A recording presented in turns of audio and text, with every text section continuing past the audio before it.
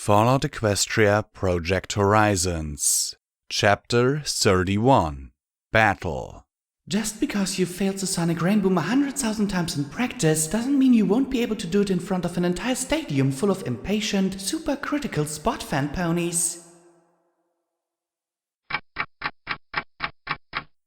It could have said that I have, on occasion, picked fights with opponents far outside my proverbial weight class. Hydras, Gorgon, Deus, Enclave Troopers, dragons, mysterious, incomprehensible tech monsters. More or less, I've survived with help, luck, wits, luck, unpredictability, luck, and more luck. So, pulling my gun on the biggest damn steel ranger I'd ever seen while outnumbered 3-1 and with 3 of my friends bound and wearing explosive collars wouldn't actually have been all that unusual for me. Which, if anything, meant that it was even less likely to be a good idea. And, for once, it wasn't my plan at the moment. What the hell is going on here? I asked as I pointed my horn at Lacunae. The purple alicorn caught my eye. Step aside. You cannot honestly think to challenge us. The huge bug said with a dismissive wave of his hoof. He wasn't the only one I was really paying attention to at that moment, though. We freed Turnip and helped him recover his armor from a locker in the office, Lacunae said, her telepathy sending her words only to me. Unfortunately, when we left, we encountered the large one and his subordinates. They were less understanding of my appearance than the first pair we encountered. Scotch Tape was terrified of him and his demands for a pip back. We were outnumbered and, after so many teleports, I could not get away with the others. I would not abandon them, so I surrendered myself rather than fight. The goddess is quite put out with my weakness. That cunt! I hissed, making the rangers look at each other. I probably looked like an idiot, a crazy mare, or both, but there was nothing new about that. I didn't know the rangers used slaves. Can't the alicorn just teleport out of the chains and collar though? The collars are for our protection, not that it is any of your concern. The huge bug said as one of the others trotted up beside him. He was saying something about me being the one to drop a building on the Flash Fillies. When we have done our duty and recovered the young lady's pip back, I will personally escort her to any location she desires. He looked at P-21. This one, however, will be submitted to justice by our elder for attempting to place explosives upon my person, and of course, the alicorn will be treated as is appropriate for a captured enemy. P-21 has examined my collar. It has some sort of proximity sensor and will detonate itself and the other collars if I move too far away. I frowned, wondering if she could maybe... And unfortunately, no, I cannot teleport us away and leave the bombs and bonds behind. She couldn't? Why? But then the super hive mind intellect began to tell me exactly why. Oh, goddesses, didn't she realize that I wasn't a smart pony? I lasted 5 seconds before my eyes began to glaze. Which would be bad, since I had 6 steel rangers looking at me. Fortunately, Lacunae apparently finally realized how far over my head it was and stopped. Was it just me, or was she looking a bit smug? Damned big-horned alicorns! A little pink pony in my mind caught sight of the blue bug's lips moving as he looked right at me. Gee, I loved smart ponies. P-21 can disarm it. He's sure, Lacunae said. But he needs a distraction. There was a pause, then... He swears he will not mess up like at Fallen Arch. I tried to calculate my odds of providing enough distraction for P-21 to get the collars off my friends before some pony pushed a button. Okay, on the other hoof, I couldn't see a detonator anywhere. That meant that it was probably built into the armor. No obvious pony to blast, which meant that the only way was to get the collar off. So, distraction it would have to be. Well, there was only one thing to do. Something stupid. In a snap, I had my shotgun out above me and cocked an explosive round with as much drama as I could muster. Well then, I'm afraid that you and I have got ourselves a problem. I want you to let my friends go this instant. We were located at the crossroads of 2 major streets, with a firehouse occupying one corner. The rain had finally let up, and there was cover in form of several rusted-out wagons. Blasted stores and 2- and 3-story buildings formed the bulk of ruins around us. Fittingly, there was a faded billboard that proclaimed, better wiped than striped. Join the Steel Rangers today. Do not interfere with our sacred duty, young Mayor. We are the Steel Rangers, proud inheritors of a noble and distinguished duty to safeguard Equestria and to reclaim and protect the artifacts of our glorious past. He rose on his hind legs. I readied myself to jump aside from a super heavy pneumatic stomp, but gaped as he thrust one hoof dramatically into the sky and flexed the other leg. We are the last protectors of the Equestrian wasteland, serving to put down monsters, fiends, and villains of all kinds, and we will not stop until we have fulfilled Applejack's wishes for a safe and prosperous future. Was he actually posing? My gun barrel dipped a little along with my jaw. I pointed at their captives. Right, well, those are my friends you have there, mister. I tried to refocus myself. So you best hand them over. He curled both his legs in front of me and, sweet Celestia, I swore I saw the metal bulging. I am Paladin Sugar Applebaum's Stronghoof, champion of the Steel Rangers and heir to the Stronghoof legacy. He dropped his hoofs to the ground with an impact that cracked the stones around him before turning to look at Lacunai. This monstrosity is an alicorn, one of an unholy army that has forever waged terrible warfare against my order all across Equestria. The filly possesses a functioning pip-buck, an example of one of the finest pieces of equestrian technology ever created. And this buck is guilty of attempted assault and interfering in our most sacred duty. He snorted and 2 jets of steam actually blasted from his nostrils built into his metal helmet. We have sworn to take them back to our order. That helped me refocus myself. Well, I'm the security mayor and no pony is taking my friends anywhere like that. So, like I said, I'm afraid we have a problem. And if I have to take you all on, so be it. You'll be the first to go. 3 more rangers, bristling with guns, galloped onto the scene. Of course, in the spirit of love and tolerance, I'm willing to negotiate. I added quickly. Then I blinked at the sight of a familiar gun. The armor might all look the same, but I never forgot a gun. Radishes? Please, Paladin, Radishes began, and the huge buck looked over with a bizarre, dangerous gleam of his glowing eyes. I mean, Paladin Stronghoof, this is the mayor who helped free Turnip from the Flashers. The buck with a missile launcher and Gatling gun combo coughed. Yeah, I would have been a complete goner if she hadn't helped. And she's been trying to stop the fighting in the hoof. Added Fruit Salad. Her friend's not a real alicorn, at least not like the others. Okay, so not all Steel Rangers were jerks. I still was not happy with them. As you said, which is why I was willing to spare that magnificent and terrible creature from a summary execution. But I cannot disobey my oaths to our sacred order. He proclaimed, rearing once again and making all of us step back a little. How such a horrible conflict of 2 heroic characters? He proclaimed as he pressed his hoof to his brow. Okay. I looked at Fruit Salad, trying to convey with the looks that she'd been right. This pony was definitely not playing with a full deck. Alright, okay then. How to deal with the crazy huge pony in charge? I needed all eyes on me. I took a deep breath and looked at Glory, but she simply gaped at me in stunned bafflement. Clearly, this was too much crazy for her to deal with. There was only one thing to do. I took a deep breath and rose on my rear legs. My braces wobbled a little, but I pointed my left leg right at him and grinned as wide as I could. Paladin Sugar Applebaum's Stronghoof, champion of the Steel Rangers and heir to the Stronghoof legacy. I, Blackjack, security mayor of Stable 99, descendant of the legendary card trick herself, challenge you to one-on-one combat for the safe release of my friends, Lacunai, Scotch Tape, and P21. I easily managed 9 jaws dropping at once. I could see at least 4. He looked down. Way down. At me. For a moment I had a terrible image of those massive piston hoofs dropping and turning me into a round, black and red-maned pancake.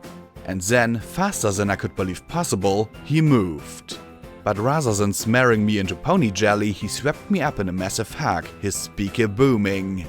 Oh, what nobility, what courage, what heroism, fighting a battle of impossible odds against a vastly superior foe for the safety and well-being of our comrades.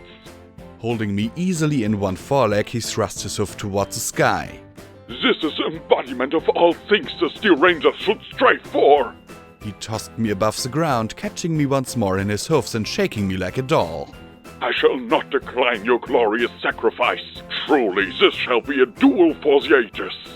My head reeled simply from the volume of his speaker. I was just about to tell him that I had reconsidered and would quite happily accompany him to speak with his superior when he set me down again.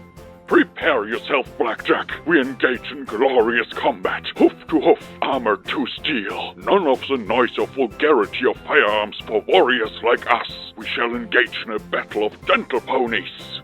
Wait, no guns? When had I agreed to no guns? That wasn't in the challenge. He was trotting away from the others, so I really had no idea how to bring it up. I looked at Glory, who hissed at me. Blackjack, what do you think you're doing? He's huge and in power armor. How are you supposed to fight that? Working on that part, I muttered. Why isn't he freaking out about my pip bug? I asked as I glanced at her. I don't think they realize it is a pip bug, she said softly. I had to admit she had a point. It was sleek and black and might have been a part of the combat armor. It barely looked anything like a normal big, grey, bulky pip bug like Scotch tapes. Small favors, I supposed. I just had to be sure to not use it where they could see it. Give me a bug, I said, not wanting to take my eye off her. She barked and I quickly added, My legs are jelly and I need all the muscle I can get and I'm dead sooner or later anyway. Give me a bug. I remember a time when I knew camps were bad for you. Worst doctor ever. She sighed and fished out a tablet. As I chewed, she reached out and hugged me. Try for later rather than sooner, she murmured in my ear. I've got many other surprises I want to show you. Okay, I could live for that. Chat with the other rangers as much as you can. Keep their eyes off P-21. So long as my friends could get to safety, that was all that really mattered. As I walked towards the huge, gold-decorated ranger, I caught P-21's eyes, then smiled and gave the tiniest nod. He could do this. Whatever had happened in Fallen Ark, I knew he wouldn't let me down again. He paused and gave a tiny nod back, then turned towards his tail. Now, all I had to do was put on a good show till they were free. The bug helped steady my legs as I trotted before him. I made a show of tightening my braces as he gave a snort. You're crippled, I see. Well, that makes this duel somewhat problematic. I suppose that you may be permitted to use a firearm. He sounded so disappointed. Oh no, I don't need guns to beat you, I retorted, then blinked. Wait, I didn't? Wait, I didn't? I drew my sword and swung it like a baton before me. Is this acceptable? I asked with a grin, praying it was because I really didn't have a backup plan. I looked along the razor edge. It was certainly sharp. Damned sharp. Sharp enough to cut through power armor though. He nodded once. We will fight till one of us is beaten and surrenders. I'll not rob the wasteland of so valiant and noble a spirit intentionally. He reared up and flexed as he thrust his hoofs towards the heavens. We fight for honor and civility itself. Let nothing dare interrupt our most glorious of battles. Pony against pony, hoof against blade, steel against steel. And then he boomed in an echoing voice likely heard for a mile. Begin! His hoofs dropped in a monumental crash, pistons slamming downwards with a powerful hiss of steam and a detonation that shook the ground beneath my already unsteady limbs, making me stagger. The stomp was merely a prelude to a massive leap far too elegant and graceful for such colossal a pony. I raced forward and swung the silvery saber, the razor-sharp edge pinging against his helmet as he passed overhead. The impact of his landing knocked me from my feet and I rolled twice across the broken asphalt of the road before I scrambled to my feet. He turned and I saw a definite cut in his armor along his neck. If I could mark him, then I could beat him. If I could beat him, then I could kill him. Wait, what? Sorry about the nick, I said as I rose. I wear it with pride and gratitude. The Stronghold family armor welcomes a mark from an honorable and valiant mare. And then I was fighting for my life as he lunged in with lightning-fast stomps, kicks and thrusts with those piston hoofs. It was all I could do, clattering back step after step and trying to deflect those powerful kicks with the blade and finally just trying to stay out of the way. We might have been fighting till one of us was beaten, but one kick of those hoofs and I'd be more than beaten. I'd be scrambled. There was no way I'd stand a chance like this. I had to attack. He reared up and instead of dodging back, I moved inside his hoof. I didn't see very many gaps in his armor, but from my own barding I knew the joints were my best bet. I slashed the growing sword at the pit of his foreleg and body. But the paladin's stronghoof reacted faster than I anticipated. Clearly, he wasn't completely without thought for his defense. The steel ranger closed the gap and my blade struck off gilt steel leg plates. Well struck, but you will have to fight better than that, I assure you, he said as a massive bug's body slammed me clear of my hoofs. My braces clattered and I rolled again, swinging the blade towards his helmet. If I could take out whatever he used to see... But he ducked his head and the blade sparked off the armored ridge along his spine. I was cutting through his armor, but I was also getting battered to pieces. We danced around in a circle with me giving ground. One of his kicks flipped me right over one of the wagon hulks and into a mud puddle. I levitated a glob of muck and splashed it right across his glowing blue eye panes. In the moment he balked, I slashed at his legs and was rewarded with a hiss of air as one of the pneumatic lines broke. With luck, that would slow him down. But my advantage lasted only as long as it took for him to toss his head. The goop refused to stick to him. That's cheating! I shouted as I backed away. He did seem to be moving slower. You fought well and valiantly. I commend you and ask you with my deepest respects that you yield. Not happening! Not when my friend's lives are on the line! I said as I gasped for breath. You must be getting tired in all that metal! I wanted to kick some pony when I heard one of the rangers snicker. A little longer. P21 is almost done with our bonds. Lacunai said. Hopefully, no pony would ask why the giant alicorn was lying down. I forced myself to grin as I kept moving back. Either way, I've got the range and you don't. Eventually, I'll cut something important. Better watch out. I've nicked bugs before. A cunning fighter takes stock of their enemy's vulnerabilities. I commend you for your attempt, he said as he stepped back and rammed his forehoofs into the ground. I moved to attack, but then suddenly the ground was lifting underneath me. The paladin heaved the slab of road bed I was standing on up with all his strength. However, with sufficient applied leverage, your advantage becomes a disadvantage, he cried out as I fell on my side and he kept pushing the slab of road bed over. I barely got my hoofs raised in time as it slammed down atop me. I barely had time to drink a healing potion before two hoofs slammed through the slab, pulverizing it atop me and hauling me up through the rubble. Don't feel bad. This is a part of the legendary Stronghoof combat technique passed down for generations, he said as he lifted me high in his hoofs. Somehow I doubted he planned to hug me again. Okay, enough of this. I hit SATS and targeted every magic bullet I could squeeze out of my Hornet's helmet. 4 flashes arced into his armored face. The magical energy tore into it, shattering the steel and visor. He dropped me as he staggered back and I landed hard on the crumpled road bed. The hilt of my sword peeked through the rubble and I pulled it free as I turned to my opponent. Paladin Sugar Applebomb's Stronghoof looked down at me, such a paragon of muscular beauty that I swore there were sparkles dancing about him. Baby blue eyes twinkled merrily as I regarded the dirty bugs that was myself. The white coat I could see was utterly smooth. A thick blonde moustache sat elegantly above his lip and a tiny golden lock of mane curled off his brow. Radishes had said that he'd cut off his horn, but she'd been mistaken. For the first time ever, I'd met a unicorn with a horn more compact than my own. He regarded me soberly. I see I owe you an apology. It was unfair of me to think less of you for your infirmity.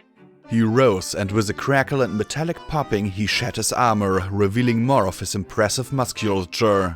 Truly, I had no idea if his armor was powered by magic at all or if it was all just him. He stepped free, rising up and flexing his legs, making his abdomen pulse with every potent twitch of his body.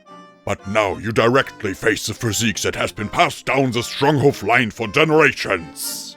I glanced over at the others as he flexed his many massive muscles. It was astonishing how even suits of power armor could look stunned in a moment like this. P-21 had a nosebleed. Oh my, murmured Lacuna in my head. I managed to make eye contact with P-21 and he immediately wiped his nose and got back to work. Good thing too. I'd hate to shoot him to get him back on track. I did that too much with Rampage already. I sat down, blinking in shock. You can put your armor back on, really? Instead, he planted his forehoofs, twisted around and blasted me with an apple buck right to the face. I barely raised my limbs in time to absorb some of the blow, but his kick sent me rolling across the torn-up ground. My head kept spinning for a few seconds, my vision filled with flexing images of sparkling, beautiful buck beefcake before I shook it off. You should never underestimate your opponent's security. Others have done that facing you, and you've defeated them all. He said as he approached and then once more slammed his hoofs into the ground, sending a ripple through the pavement that blasted me into the air. Was he using some kind of freaky magic or was he just really that strong? I landed in a heap and hauled myself to my hoofs.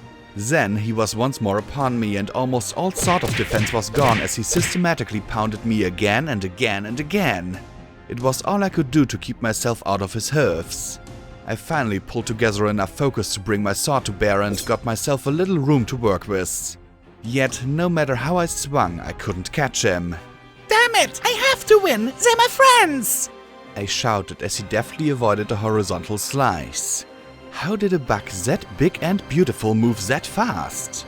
Your devotion is commendable, but it is no greater than my devotion to my oath and order, he replied as he twisted under a slash, sweeping his hind legs under my own and knocking me over as he deftly regained his feet.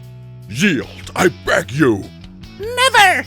I shouted as I brought the blade down in a savage killing blow. He rose once more on his hind legs, his massive, majestic hoofs slammed together on the silvery blade, stopping it cold as he stood before me. There is no shame in defeat, Blackjack, he said as those bright blue eyes gazed down at me. I gasped as he tossed my sword aside, exhaustion finally having scattered my focus. He dropped to his hoofs and turned, presenting his side.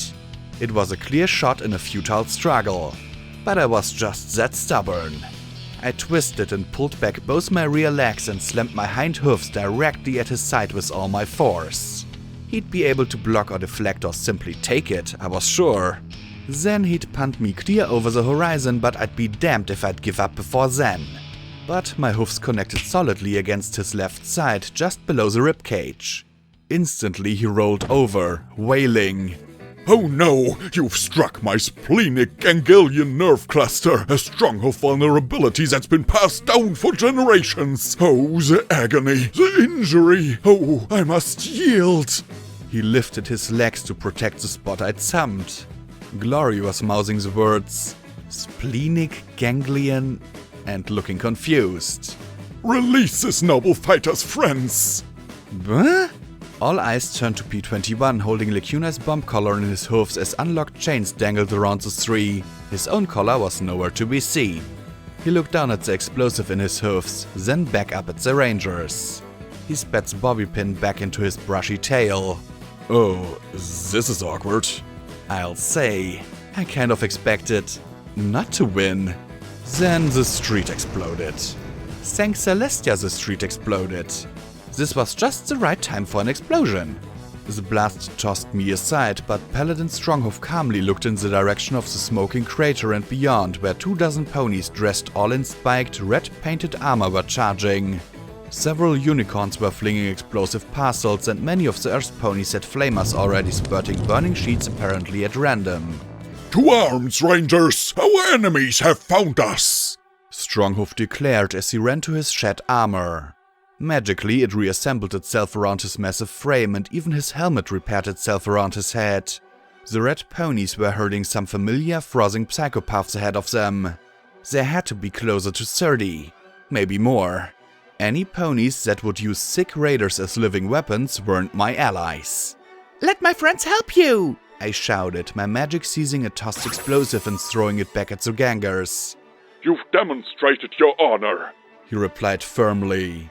But my order's code refuses accepting the aid of outsiders. We may as well accept the help, Paladin. They're free anyway. Turnip said as he trotted up to us. Besides, there's no question who's the biggest threat to our technology. It seems we have no choice, He said as he called to hoof, pistons hissing ominously. So be it, but even with your assistance, I fear that the Burner Boys will not be easily dissuaded. Here they come! He announced as the racing burners closed in and things started getting toasty. I staggered out of the path of a gout of flames that washed over where we'd stood. The burning fluid made every bit of exposed skin prickle even as it missed me. The ganger moved closer, twisting to immolate me as he laughed in glee. Until the sword cut through the fuel hoses to his flamer and draped him in a crimson sheet of fire. Then, suddenly, he was gone as the paladin gave the thrashing fireball a kick into another buck. Okay, I felt my stomach clench as two flaming ponies thrashed wildly, taking way too long to die. I really did not like fire. That was an ugly way to go. Give me a bullet any day. The explosives they threw were on a delay and I saw P-21 leap upon one and deftly pull a wire out of the thing. He stuffed one of the bomb collars with the explosive and then another and another. One of the bombs was impressive enough, but I wondered what 20 of them would do. I recalled what he'd done back in flank. I knew a bomb like that would certainly convince me to back off. Lacuna, get Glory on that roof! P-21, keep doing what you're doing! Scotch, stay back! Rampage! Crap. One of the burners was charging me as Lacuna teleported Glory onto the roof of the firehouse behind us. From the elevated position she could send a stream of crimson beams to wash back and forth over the advancing burners. The Steel Rangers had established a firing line and Gatling guns, grenade machine guns and the thumping brown Betty were starting to take their toll. The burners were taking cover and throwing smoke bombs. Frenzied raiders slammed into us with axes, claps of rebar and concrete and even a sword made out of a wagon's rear bumper. The Earth pony wielding the sword seemed particularly focused on me, the mass and power of his swings slamming into my own upraised blade. I saw an opening as clear as day, though, and my sword turned faster than I'd ever wielded it before. The tip slipped through his spiked armor to his throat and I felt a supreme sense of satisfaction as I sliced his artery. The blood sprayed over me as he tried a few more feeble swings with the massive sword. As his weapon drooped, I cleanly sliced his head free of his shoulders. Like cutting butter. Then I realized that I was bleeding too. I'd been so caught up in the fighting that I'd missed it entirely. My opening hadn't been as sure as I'd thought and he'd cut a jagged tear just above my cutie mark. Another of Keeper's healing potions stopped the bleeding. If I lived through this, I'd have to send him a thank you note and ask where he got fresh healing potions. Suddenly I heard the clatter of hoofs and on my EFS a red bar appeared. I barked as I pointed my shotgun into the pall of smoke rolling up the street. It made my eye water and the reek and rasp of whatever chemicals were in it set me coughing. Suddenly I spotted a buck racing right at me. He was wearing a gas mask adorned with 4 dash inhalers screwed in place. The pupils were nearly non-existent in his infected yellow eyes as he raced right towards me. Oh, and his barding was made of explosives. I slipped into SATS and had just enough time for one explosive shell to his head. It pulped his noggin and a moment later the buck exploded. There was no blood or bone. He simply vaporized in a cloud of steel and a sheet of flame where he'd fallen. I was thrown clear of my hoofs, rolling across the cracked asphalt. I looked up in time to see another one charge the paladin, but with his astonishing grace and power he grabbed the head of the suicidal pony and spun, throwing him back towards his comrades. One ranger wasn't quick enough though. The explosion crumbled his armor like a tin can. I couldn't tell who it was, as their entire front was blown away, launching a smoldering rear half into the street behind us. The heavy, cloying smoke clung low to the ground and filled the street rather than rising up. Every now and then a fiery red plume sprayed out at us and sent me scrambling backwards. Too bad you don't have a gun! I shouted, firing blindly at a red bar in front of me. A Stronghoof is never disarmed, He decreed as he stepped up to a wagon. Observe the Stronghoof technique that's been passed down for generations. First step. And once more he stomped with an incredible explosion that rippled and cracked the asphalt and knocked the entire rusty wagon into the air. Second step. He turned around and a blast from his pneumatic ramps and his potent rear legs sent the entire wreck flying down in the direction of the burner boys. I just stared at the fuzzy image of a raider getting smashed by the bouncing debris. You threw that fight! I shouted at him. He snorted, blasting 2 jets of steam again. You dare question my honor? The splenic ganglion is a well-established pressure point weakness exploitable by the very few knowledgeable of the Stronghoof lineage. Clearly you knew of that weakness and thus won our duel fairly, winning the freedom of your friends. How else could you have possibly defeated me and thus allowed me to overlook my oath requiring your friends to be taken to my elder? I blinked, then smiled. Thanks, Paladin Stronghoof. He gave another snort and I swore that the glowing eye panel winked at me. Then I frowned. But did you have to hit me with a rod? In a faintly embarrassed tone, he muttered. Well, I thought you could take it. We'd fallen back to the crossroads where the collision of 3 rusty wagons offered some cover. The burner boys seemed to be falling back, which was good. I really hated that smoke. My eye was watering terribly and I kept coughing, attacking. There weren't any more bombarding raiders rushing us yet. Were they really pulling back? Please tell me that they were pulling back. All my EFS confirmed was that there was still a lot of red bars out there. And over there... Wait? I looked off to the side as a little pink pony in my head wearing a green camouflage helmet pointed out a whole lot more red over there. Get down! I shouted as crimson beams flashed into us from the left side and even the massive bug had to duck for cover from the glaring energy barrage. Apparently my destruction of the flashers hadn't been complete. I couldn't count numbers of red bars through the smoke, but at least 24 flash fillies filled the side street with flickers of incinerating death. My hide burned as an enemy Gatling beam gun splashed over my side. We were caught in a crossfire. P-21, we need that bomb! I yelled as Glory, Turnip and Fruit Salad turned their fire down the side street at the advancing mares. He'd finished with 1 collar and was now working on a second one. If Lacuni could drop the combined charge he was making into the middle of their lines, they might scatter and run. I knew I would. The smoke and reek was making everything one big confusing glare, so I barely had time to notice a flying grenade before it smacked me right in the forehead. I took 2 steps back to react from the sudden stab of pain, then 1 second to lift it up. Then it went off in my face. The blue band flashed once and an electric tingle ran from my horn to my hoofs. And nothing else happened. I blinked and let out a relieved laugh. And then I noticed that Glory was the only pony still firing. I looked over at Fruit Salad, but the mare was just standing there. What's wrong? I yelled as I fired wildly in the direction of the red bars on my EFS. Spell matrix crash. She yelled from the confines of her helmet. I can't restart the system. The ejection system isn't working either. On the other side of me, Turnip was also frozen, muttering expletives over and over again. More discharged grenades rolled around their feet. The ones that had hit me hadn't been alone. Oh shit. What can I do? I yelped, popping out the shotgun's ammo drum and loading slugs. Those explosive rounds were cooking the barrel like crazy. It was smoking. It was almost brand new and 1 drum of explosive rounds had already made it look like it might not last much longer. I need a pit-bug spell matrix to restart it. She replied. Well, I was busy. But I wasn't the only pip-bug here. Scotch tape! I need you! I screamed out, but with all the gunshots and explosions, I knew she couldn't hear me. Lacuni, however, appeared beside me in a purple flash. She had the minigun from the dead ranger's armor floating above her as her shield appeared around her and the helpless ranger. Go. I will protect her as long as I am able, Lacuni said calmly in my mind. Then the minigun mortar revved as it floated overhead and the Elikon began to return fire with deadly and precise bursts. The goddess is quite keen to put this rabble in their place after dealing with that mare. Well... Her eyes flashed and her voice boomed. The goddess finds this very therapeutic. Miffle, whimpered Fruit Salad. Therapy, Huffington style.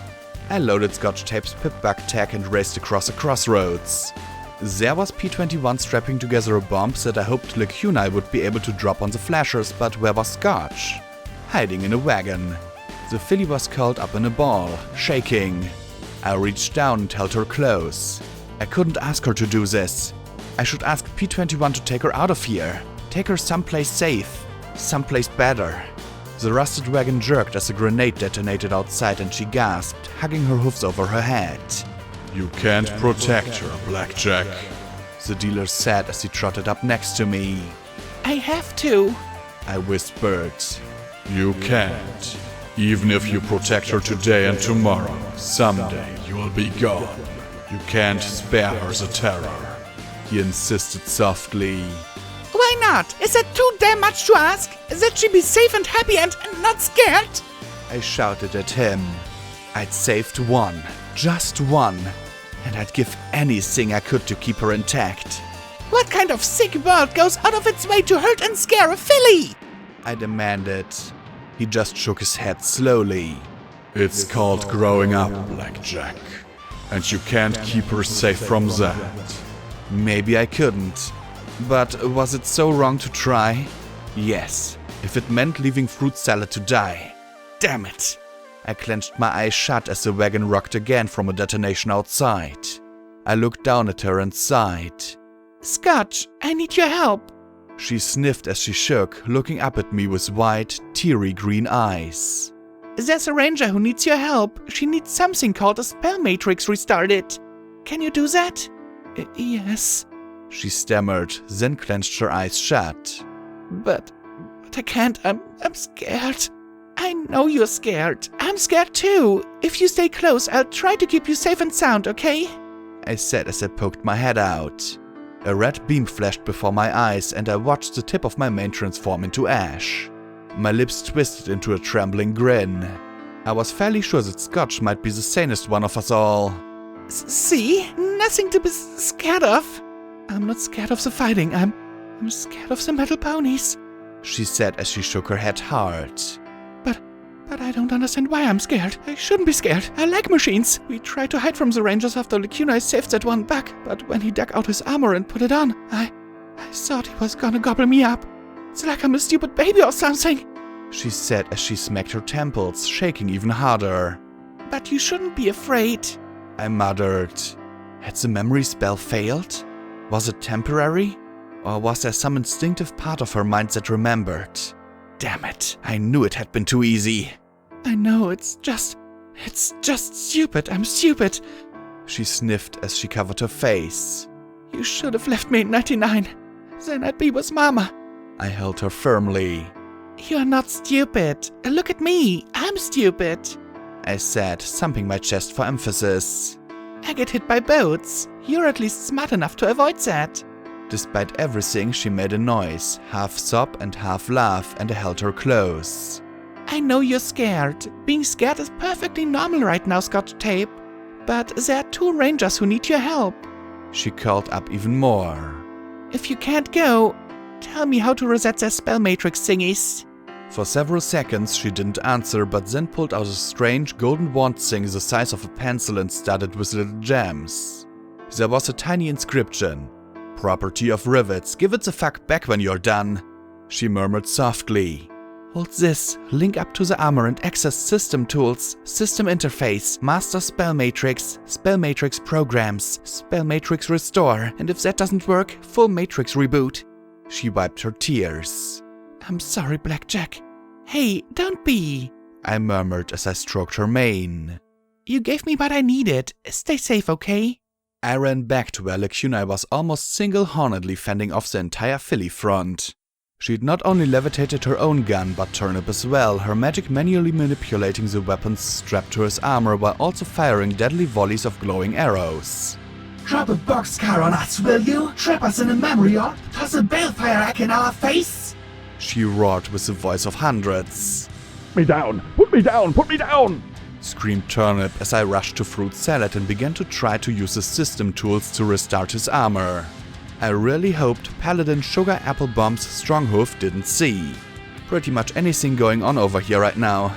I didn't want to know what his oath and honor might force him to do. Lecunai's eyes flared as she glared at the screaming ranger. Silence, fool! Be honored that the goddess allows you to fight on our behalf in this fashion, and cease your whimpering lest the goddess throw you at them! Turnip wisely silenced as Lecunai focused down the street. Why do they keep coming? Why do they fight a goddess so? Why do they not understand their madness? They should flee so we do not smite them! It's not madness, goddess! It's hate! I shouted as my pip-bug told me all the systems were active and aborted the restart. They hate so much that they are willing to die if it means they can kill the ponies they hate! Right now, I wanted to shoot something myself as my system tools told me that the matrix was active. Was I doing something wrong? Fools! She boomed. Flee before our might! Run! Fight us no longer! Her glare shifted to one of shock as they still came on. Stop making us kill you! Error. Error. Error. I wanted to scream. Then something came flying out of the smoke and haze. It bounced twice, but it was much too small to be a grenade. It was just a little hoop of metal. A silvery ring with a spark battery wired in the middle. Goddess, get out of here! I shouted up at her. But the goddess clearly didn't see or realize.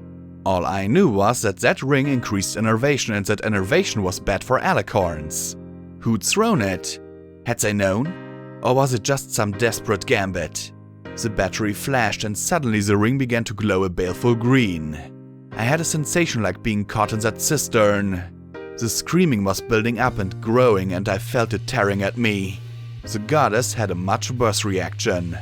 The shield distorted wildly and shredded apart. Lacuna struggled to keep herself and turnip in the air. The alicorn screamed as white tatters and motes began to be drawn out of her eyes and mouth. The wisps were being pulled down through the ring like the dancing firefly motes in the ruins deep beneath the earth. Now the goddess was being reminded why her children stayed out of the hearth. I left fruit salad as I felt my insides spasm terribly, aimed my shotgun down at the flickering spark battery and fired. I got hit with a burst of radiation, but the green glow disappeared and the wisps stopped being pulled away. Still, it was too late for the alicorn. Lacuna collapsed beyond our cover next to the ring and Turnip wailed as he smashed down on the wagon and thankfully bounced inside. And the fillies were moving in for the kill.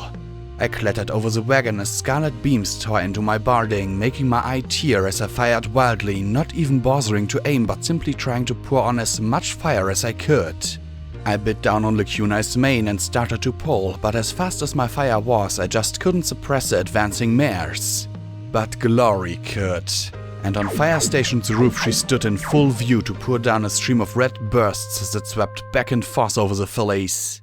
They might have been able to ignore individual shotgun slugs, but not that stream of glowing death. The fillies barked for a critical second. I grabbed Lacuna's mane and started to pull, firing at any rat I could. But even with Glory's suppressive fire, the fillies were spreading out and moving closer. And damn it, why did alicorns have to be so damn big and heavy? 2 crimson bolts slammed into my chest and my heart stopped as I fell back beside the fallen alicorn.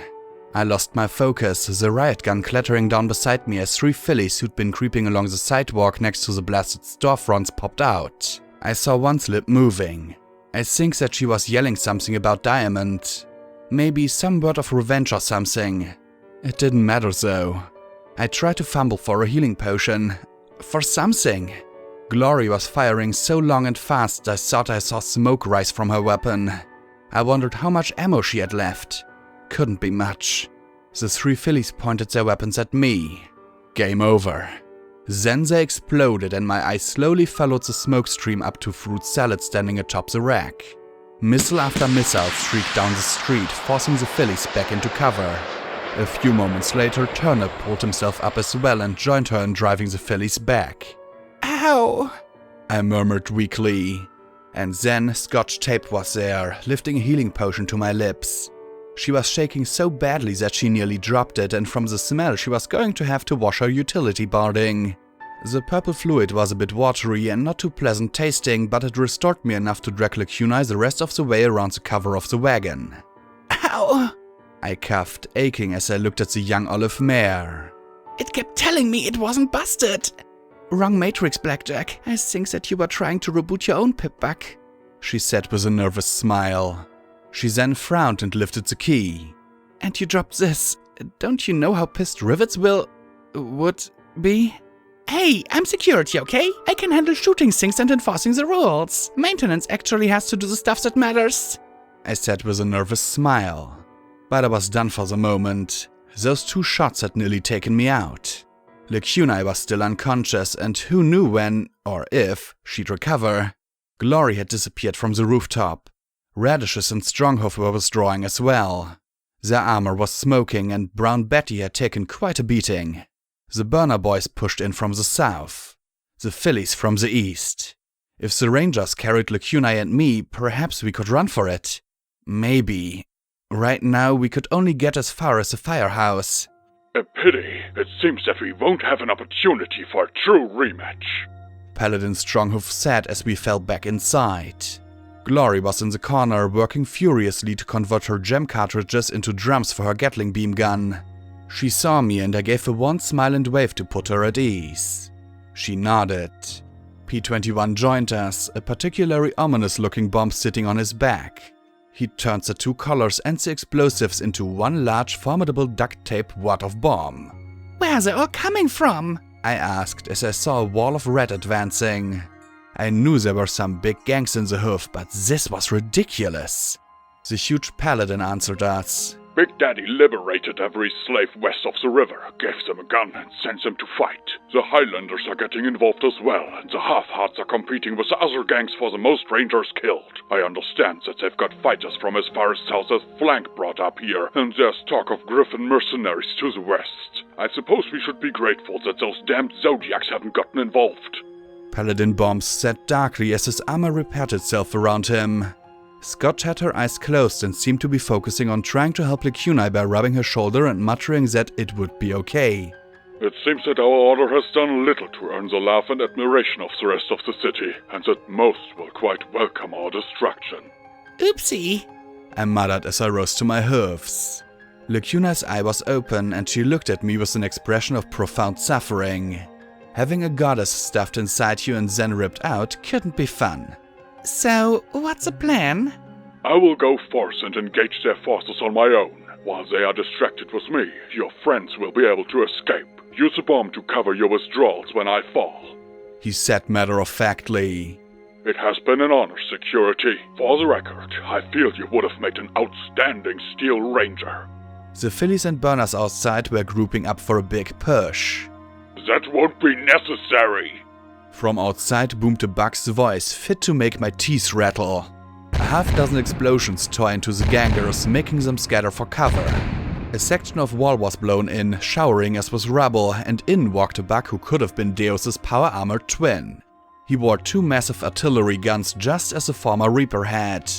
Paladin Stronghoof, your reinforcements have arrived. There had to be at least a dozen Rangers arriving from the north. Star Paladin still reign, Paladin Stronghoof said as he rose to his feet. The Star Paladin's armor was even more fancily decorated than his own, but with silver scroll work. I wondered if this was the norm for Steel Rangers or just for their leaders. It seemed like a good way to know who to shoot, but then when he had guns like that, I supposed few ponies dared to take a shot in the first place or lived long enough to take a second. You have fought admirably, Paladin Stronghoof. You have my thanks for drawing our enemy together so that we may finally end this war once and for all. He gestured to the door. Take your soldiers and lead the counterattack. Leave not a single one of our enemies alive. Sir, the oath dictates, the white pony said before his superior interrupted him, that you execute the orders of your superiors quickly and without question. You have your orders, Paladin. Now return to the fight. He finished in a tone that suggested very ugly consequences if Stronghoof argued. Very well, Star Paladin, Stronghoof said with a salute, but he was looking at me as he said it. Those glowing blue eye panels seemed to suggest caution to me. He and most of the other Rangers left, and my mane went right into high "oh, this isn't good" status as I approached Steel Rain and the trio of Rangers he'd brought in with him. This was my chance. Star Paladin Steel Rain? I'm Security. My friends and I came here to tell you that this war is completely unnecessary. I looked behind me at Glory and then back at the massive armored ranger. My friends and I were passing by the Zenith Bridge. We used a bomb to distract you so that we could slip past. This war isn't the Reaper's fault. There was no answer, at first, and then I became aware of a deep, rhythmic noise inside the armor. I scowled up at him as it built and grew louder. He was laughing. I should thank you then, he chortled with glee. Do you have any idea how many years I've tried to provoke those idiots across the river to attack us? How many times the Elder has refused to allow me to wipe out those vermin? Uh-oh. You wanted this war? Your own soldiers are dying and you're happy about it? I shouted at him as I stood, making damn sure I was between him and my friends. Of course not. He replied in that amused tone. But I won't deny that when I heard about the fighting, it felt as though housewarming day had come and I'd been a very good buck. Finally, the Fanfiction chapter has the opportunity to show the Wasteland just what the Rangers should be about. I glanced in the direction that Paladin Stronghof had gone before looking back at him. Why do I have the feeling that you don't think that it's about protecting ponies? Paladin Stronghof's naive and adolescent fantasies of honor and protection hardly interest me. He inspires fools to waste our technology for the shallow and worthless admiration of others. Really, what do I care if some useless primitives live or die? P21 slowly approached him. You think that technology should be hoarded then? Stronghof told us that your elders believe that. There was a frustrated growl from the armor. Yes, they do. They would have us hoard weapons and technology like dragons clutching our findings in paranoid hooves while we cower in our bunkers and bases. He turned to the side and gestured to the gun with a forehoof. This is a 120mm anti-dragon cannon built to fire custom-engineered concussion, armor penetration, and chemical rounds. It has 172 perfectly engineered parts, all manufactured of high-strength alloy steel infused with a medical repair matrix to maintain perfect operation at all times. It has a precision range of over 2 miles, at which shells will still impact with a force of 5 kilomax. He looked right at me. Do you really think that a gun like this should be left in a weapons locker to collect dust? Honestly, no, I didn't. But I'd be damned if I'd admitted to this bastard. The Elder believes that the Reapers started this war, and so it must be fought, and I will do everything I can to extend it as long and far as possible. We will destroy the Reapers, subjugate the Collegiate, drive off the Enclave, and conquer the Society. He proclaimed grandly, standing and spreading his legs wide as if he wanted to give me a hug. And you started it all. Thank you. And now I'm going to stop it however I can. I replied sharply. If Elder Crunchy Carrots really didn't want this war fought, then perhaps she could end it. This happy tone cut off as he snorted and swept his hoof to the side. This is the time of the Steel Rangers. Right now, to the west, our Manhattan chapters are reclaiming one of the largest and most advanced stables in all of the wasteland to be put to our use. Abroad, other operations are taking place to reassert the fundamental truth. Technology is to be used. Hoarded, it is wasted. Used to protect worthless gutter trash, it is wasted. Only when it's employed to assert our power is its true purpose realized. He looked at Lecunai. I imagine Elder Cottage Cheese will be elated to learn that we captured one of those freaks. The Acolytes have been quite eager to learn how they are put together and how to take them apart. He looked at the grey pipbuck on Scotch's leg. Oh, and we'll be taking that as well. Right. So, I guess you won't be honoring Stronghof's offer to let me go? Figures. You have an admirable grasp of the obvious. And just like that, the admiration I'd built up for Paladin Stronghof's order vanished in a flash of acrid cordite smoke. Well then, we'll just be going. Glory, Scotch, help Lecunai back to her hoofs. The pair immediately moved to help, and the 3 rangers with Steel Rain immediately pointed their many, many barrels at the 5 of us. And I'll just hold on to this really big bomb. P21 shouted as he nodded his head to the taped-together ball of explosives balanced on his back.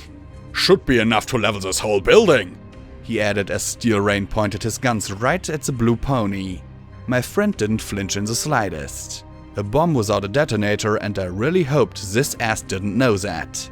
The 4 Steel Rangers slowly started to back out the holes they'd blown in the wall. I got the bomb. You handle the trigger, I said as my horn lifted the, very heavy wad of explosives. In unison, we backed out of the firehouse into the chaos of the street battle as I kept it levitated right in the middle. He nodded and I clapped mentally in glee. He should have been an actor or something. I could just see him as a heartwarming Eve pageant. He'd make a wonderful secretary to my chancellor. With them backing out of the rear and us backing out of the front, there'd be a narrow window for us to make a break for it. Not north. They'd be expecting that. West. We could We were bucked. In every direction was fighting in a horrible cloud of clinging smog. Rangers fought in groups of 2 or 3 back to back as they sprayed the surrounding cover. Crimson beams and sooty flames lit up the smog as they strafed wildly, and the 5 of us had to crawl just to avoid being shot by accident. It seemed like every bullet, gem cartridge and flamer tank had been brought to this fight to be fired, spent and emptied, and now we were caught in the middle of it. Lacuna still reeled. I doubted that the goddess was going to give her the extra juice she needed to get us out of here. Damn, I wanted to gut whichever pony had figured out how to weaponize enervation. The Steel Rangers were clearly having a better time of it than the gangers though. They didn't just have the edge on firepower, they also possessed the knowledge of how to fight well, with devotion, focus and discipline. As much as they might bastards to the outsiders, they were dedicated to their order and each other. The Phillies and Burners fought as a ferocious mob, but that mob was dwindling. And as soon as they withdrew, Steel Rain's ponies would take us apart. That was, provided Steel Rain himself didn't take us out. We crawled west along the front of the fire station. The fighting seemed a little lighter in this direction, though there were many red bars moving around that I couldn't tell where the firing line was. I led the way with Scotch right behind me. Lacuna and Glory came after, with P-21 bringing up the rear.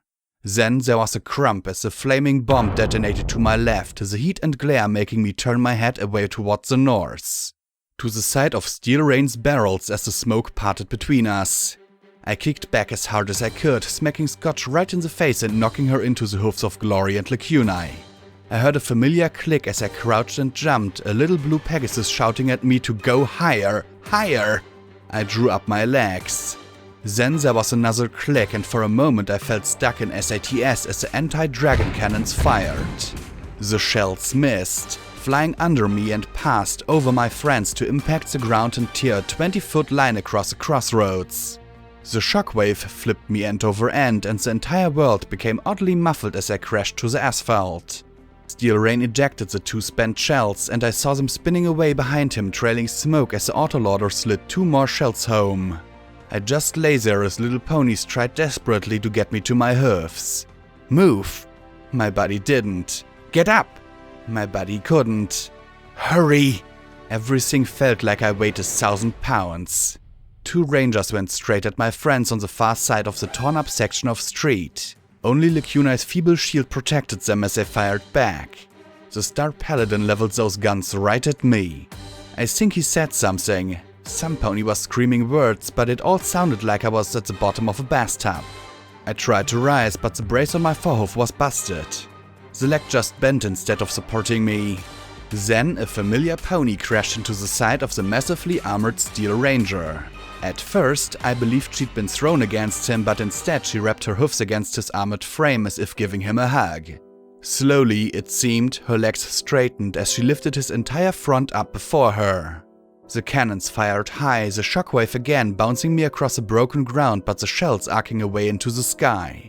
Once again, my elastic bones saved me from some breaks, but I could barely do more than simply lie on my back in the rut his first 2 shells had blasted. I stared through the smoke, feeling as if my entire body was being drawn away. I felt blood across my muzzle, wetness in my ears. Then my face was filled with the image of grumpy, worried blue pony Buck. His lips were moving, but only funny little hunking sounds came out of his mouth. Everything was spinning away, and I fought to keep my focus on his face.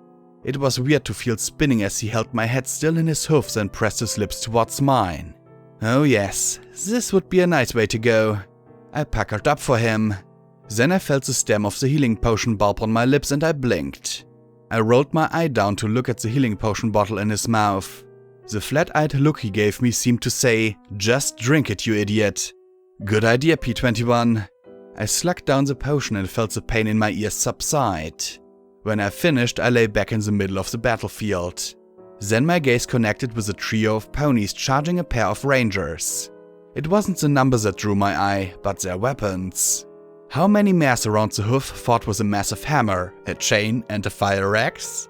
From the west came a charging, whooping, gleeful mob of ponies, many dressed in their genuine pony hide armor. At their head, a massive black buck bellowed orders to fan out and crush any ponies that would oppose the Reapers. Right now, I hoped he wasn't including me. I couldn't oppose gravity at this point. Is there a plan? P-21 asked, flinching at a nearby explosion that pattered us with gravel. Oh, we are so far from a plan, I muttered as I looked around. Red bars in every direction. Reapers against rangers, against raiders, against gangers. In the smoke I could only make out a few blue bars, the rest was a solid milling mass, like blood. West-ish. Fuck, was there any direction that was safe? We've got to get clear of this. I'd go north, but right now I really did not want to get within 2 miles of steel rain. P-21 rose and waved his hoof. From the wreck of a smashed skywagon, Lacunai and Glory ran to the gouge, where I'd made my temporary home. Lacunai looked like she was almost fully recovered, but my eyes swept back and forth and the blue bug's eyes widened. Where's Scotch tape? He asked as he looked back at the smashed wreckage. Glory shook her head. I don't know where. We ran for cover and she was beside me and then she wasn't. There was a scream as the Steel Ranger charged us, his minigun chattering bullets off the rubble of our wound in the street. On the opposite side ran the unarmored ponies. Fillies, burners, reapers. Did it matter anymore? Lacunai's magic arrow bit deep into the Ranger's armor and P-21's grenade blasted him off his hoofs. Glory and I laid down a withering spray of cover fire. Save them! Save them! The words seemed to thrum inside me and gave me the strength to rise to my hoofs. Through the smoke and flame I saw radishes. Or rather, a ranger with brown belly attached to their armor. I never forgot a gun. Her armor seemed to glow with the fire that burned brighter and brighter around her from the flamers. Then from the fire rose the dark form of Brutus, and the massive bug brought his hoofs down upon her burning armor heedless of the flame. Just like that, a ranger who'd helped me, who had accepted me, was dead. On the opposite side I saw Mallet's power hammer swinging wildly at the 2 rangers pouring on their minigun rounds. I'd been shot by a minigun before. I knew the sewing sensation that miniguns inflicted as a barrage of bullets liquefied flesh. I'd seen one mare torn to pieces by just such a weapon, but she'd vomited forth bullets as she magically regenerated afterwards. Mallet had no such advantage. When the rangers stopped firing, she was so much bloody goo. I sat down hard as I looked at the lump that had once been a pony. A pony I'd known. Not a friend, not an enemy, but a pony killed senselessly, pointlessly. What the hell was I doing here? Why were my friends stuck in the middle of this fight? Damn it! Stop! Stop it! We need to find Scotch, Blackjack, P-21 said. But I didn't quite hear what he'd said. Everything had gotten lost. Stop it!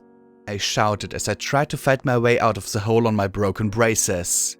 I could barely stand, let alone walk, but I had to end this. I had to end this right the fuck now. Stop! Stop killing each other! I screamed from the lip of the hole as I began firing, ignoring my friends around me. Stop it! Stop it! I didn't know who I was attacking anymore. With the smoke and the flame and beams, I didn't care. If it was red, I shot it. Shoot me, not each other. Shoot a pony who's dead meat anyway. Just fucking stop. I was shooting and crying and screaming as I whirled from one to the next to the next. Bullets bit into my blasted barding. It wasn't going to last much longer at this rate, not without some serious repair. That was okay though. If ponies were shooting me, then they weren't shooting at each other. Stop it! Stop it! Stop it! I screamed till my throat was raw, my legs were staggering and flopping around as I slipped out of my broken braces and my barding was slick of blood. Most of it wasn't mine at least. I'd shot till no pony else was shooting. I didn't want to see another radishes. I didn't want another mallet. I didn't care if there were enemies. I was sick to death of ponies dying to stupidity. And then a bug stood before me and filled my vision once again as my barrel pointed right at his face. His familiar, stern, blue face. And the gun clicked on an empty chamber. He didn't flinch as he looked right along the barrel into my eye. I'd almost killed my best friend. His eyes, hard and angry and confident, mirrored my own. He knew that this was fucked up, pointless, worthless, but he wasn't freaking out. He wasn't screaming like a lunatic and blasting ponies in a fit of rage. He just looked right in my eye along the gun that had almost taken his head off. I'd nearly killed him. Nearly killed. Oh goddesses, what was happening to me? It's just so stupid. I sobbed as the spent shotgun clattered beside me. I swayed back and forth. I'd gotten shot by more than a few ponies in that little shooting spree. I can't make them stop, I sobbed. Then he reached out to hold me steady as Glory's beamgun blasted bursts at the fighters around us while Lacuna touched her horn to my wounds. Now that I was aware of it, I realized just how much I hurt. Please, tell me how to make them stop killing each other. He held me without flinching or revulsion as I pressed my cheek to his neck and closed my eye. He smelled nice too, even if he was a grouch. You can't stop them, he said, sharing the horrible truth I knew all too well. No matter how much you try and get them to stop fighting you, you can't make them stop. I'm sorry, I whispered in his ear. I thought I was strong enough. But now I knew better. Now I had a clue of just what war really was. A fight so massive and all-engulfing that no pony, not security, not marauders, not ministry mares, not even the princesses could stop it. I'd faced monsters and threats I'd never imagined a month ago. But finally, I'd encountered a monster so vast that no amount of bullets would kill it. That monster was war, and I couldn't slay it. Suddenly, I had a great deal more sympathy for those mares so long ago, and remembered two princesses meeting in a tent. We invented it, and it had been birthed here in this horrible city. It's not that you're not strong enough to stop it. The amazing thing is that you care enough to bother, he said softly before he pulled away. But we can't stop this fight now.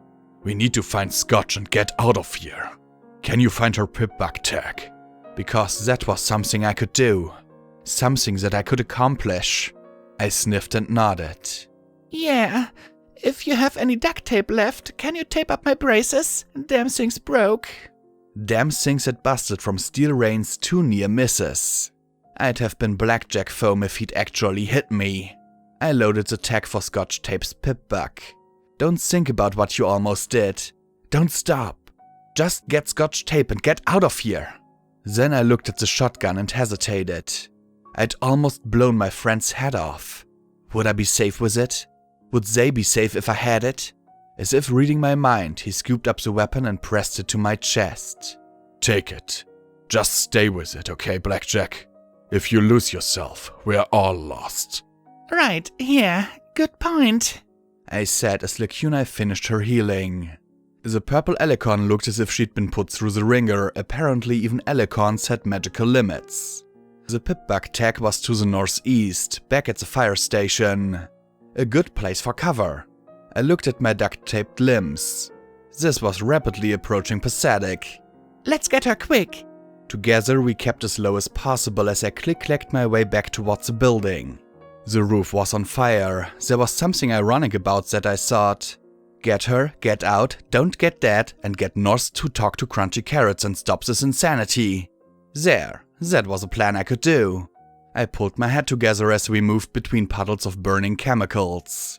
I wondered if there was some mysterious force resupplying the burners with flamer fuel and the fillies with gem cartridges and magic energy weapons. Arming. Just waiting for a spark. Then a shape lunged out of the cloying, swirling smoke. It was all fangs, claws, and a great stabbing scorpion tail. I looked at the swooping manticore and felt something shrivel inside me. You got to be kidding me! Glory knocked me on my side as the beast swooped low over us. The monsters were dropping out of the sky, ripping into gangers and rangers alike. Any semblance of an organized fight was transformed into a chaotic melee. I loaded a drum of flechettes and, laying on my side, pumped 4 blasts into the monster's flank.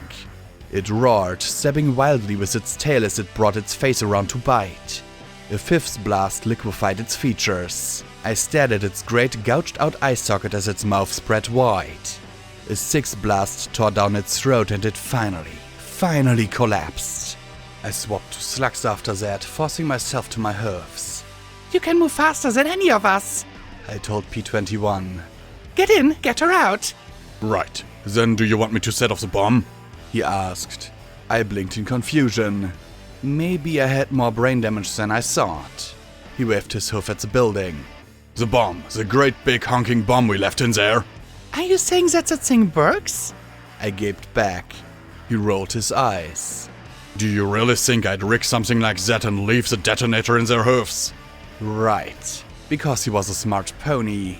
He gestured to a detonator he had taped to his forehoof. When you talked about me handling the trigger, I thought you knew. Right, of course I did. You get her and we get out of here. Because this was just getting ridiculous. Who the heck was I supposed to shoot now? He nodded and disappeared into the smoke as Glory, Lacuna and I moved back to back. She levitated a grenade machine gun. Are you going to be alright? I asked her. She smiled thinly, wanly. It is hardly my weapon of choice, but I will make do. I have succeeded in giving all of Unity a splitting headache due to that infernal contraption. The goddess decrees that, when all of the wasteland has been converted to the Alicon race, the first mega spell we perform will be to push the entire city of Huffington into the sea. Alright, I might just join you in that one if you don't mind, I said as I looked at Glory. How do you like your new gun? I asked as I swapped to Vigilance and the sword. I needed headshots and the riot gun wasn't exactly built for pinpoint accuracy. It's very flashy. It's also going through gem power drums like crazy, Glory said as she looked around for incoming fire. I'll be fine. Good. And that was all I had the time to say as the next wave of manticores struck. The leonine monsters dove towards our group and I could barely duck aside on my tottery legs. As deadly as their fangs were, they seemed to want to grab a pony like a mouse, so I kept my eye open for their claws. In the calm of SATS, I used the accurate pistol to blow out their foreheads and turn them into tumbling missiles as they passed. Of course, as insane as fighting manticores was, we were still open targets for any pony else who wanted a piece of us. Then a steel ranger darted out from a storefront and pointed their missile launcher at us. I brought out Taurus's rifle, but as fast as it was, I didn't think I'd get it up before she got a missile off. I opened my mouth to yell to take cover when a glittering steel-armored pony dropped down upon the steel ranger. She wrapped her hoofs around in a hug that bent steel and crowd. Pony in a can! Good thing I got a can opener! She grabbed a familiar chainsaw knife in her mouth and bit down on the grip. The blade whirred as she jammed it into the neck of the ranger.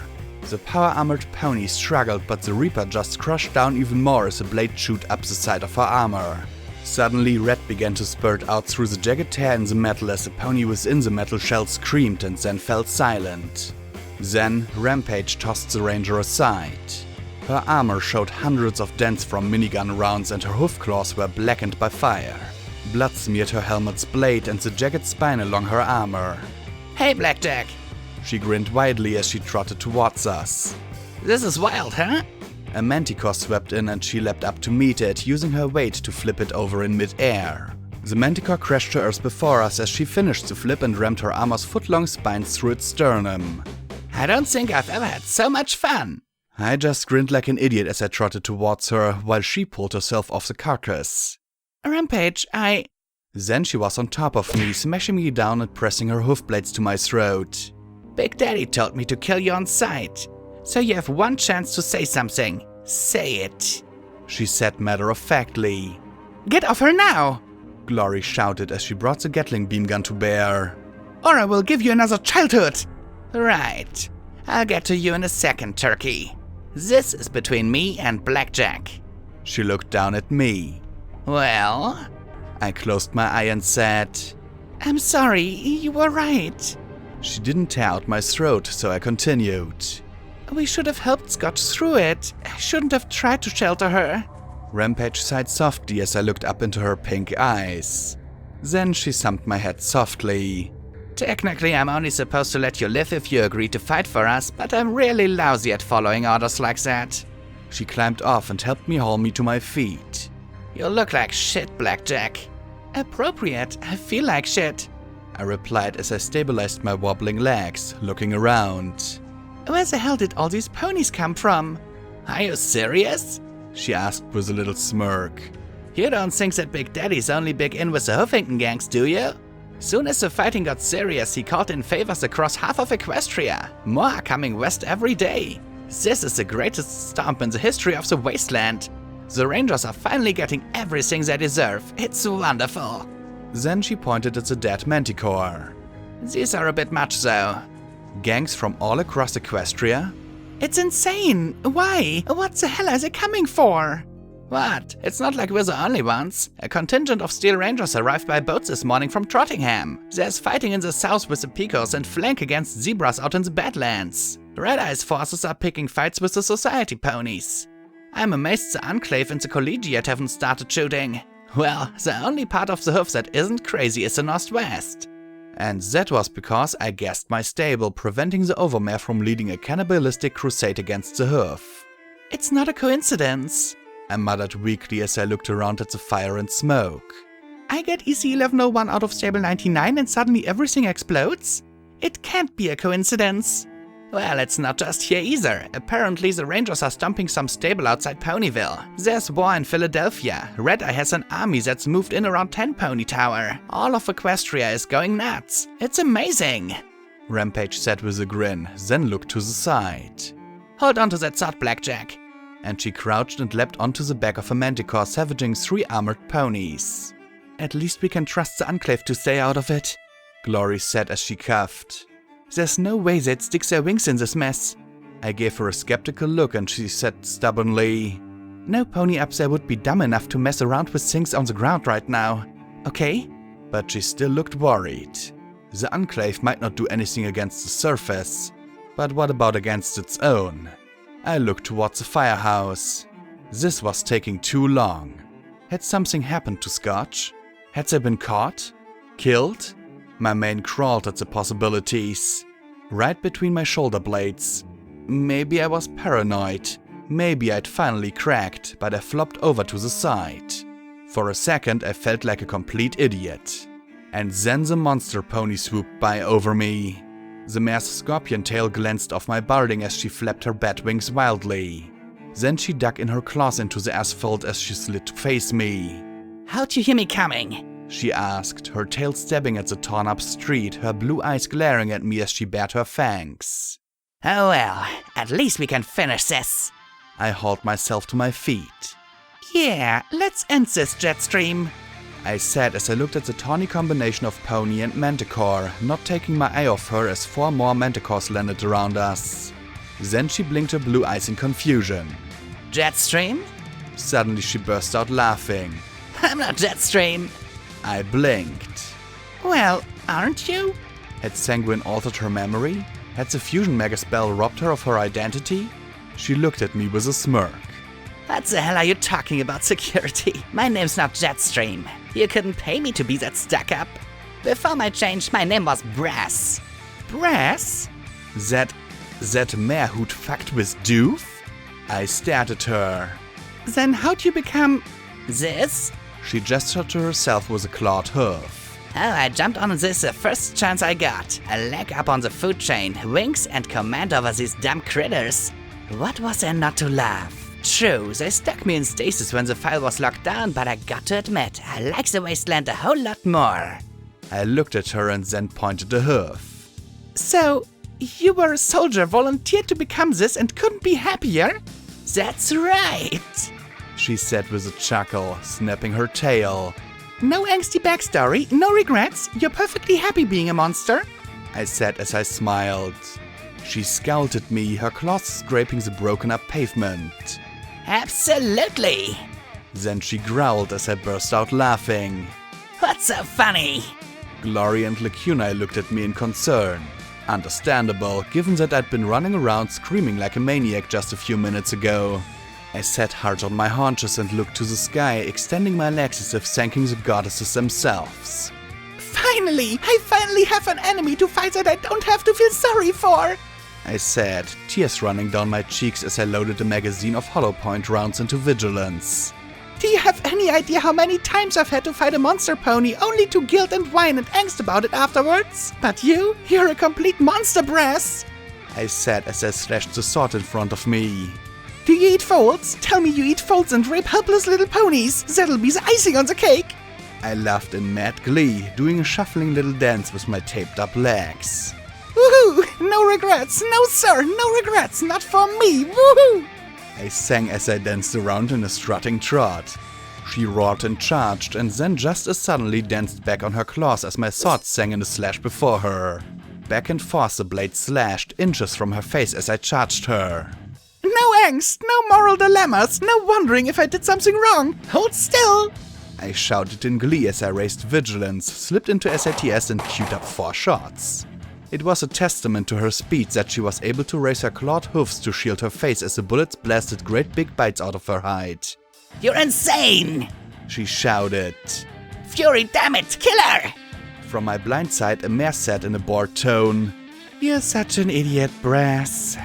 and I turned to see a mare on fire? No. It was an earth pony with a mane and coloration that resembled crackling flame. And don't use that stupid code name on me. Honestly, what are you? A filly reading comics? Just shut up and kill her! Where the hell is Precious? The manticore pony yelled as 2 of her beasts came to shield her from my gunfire. Who cares?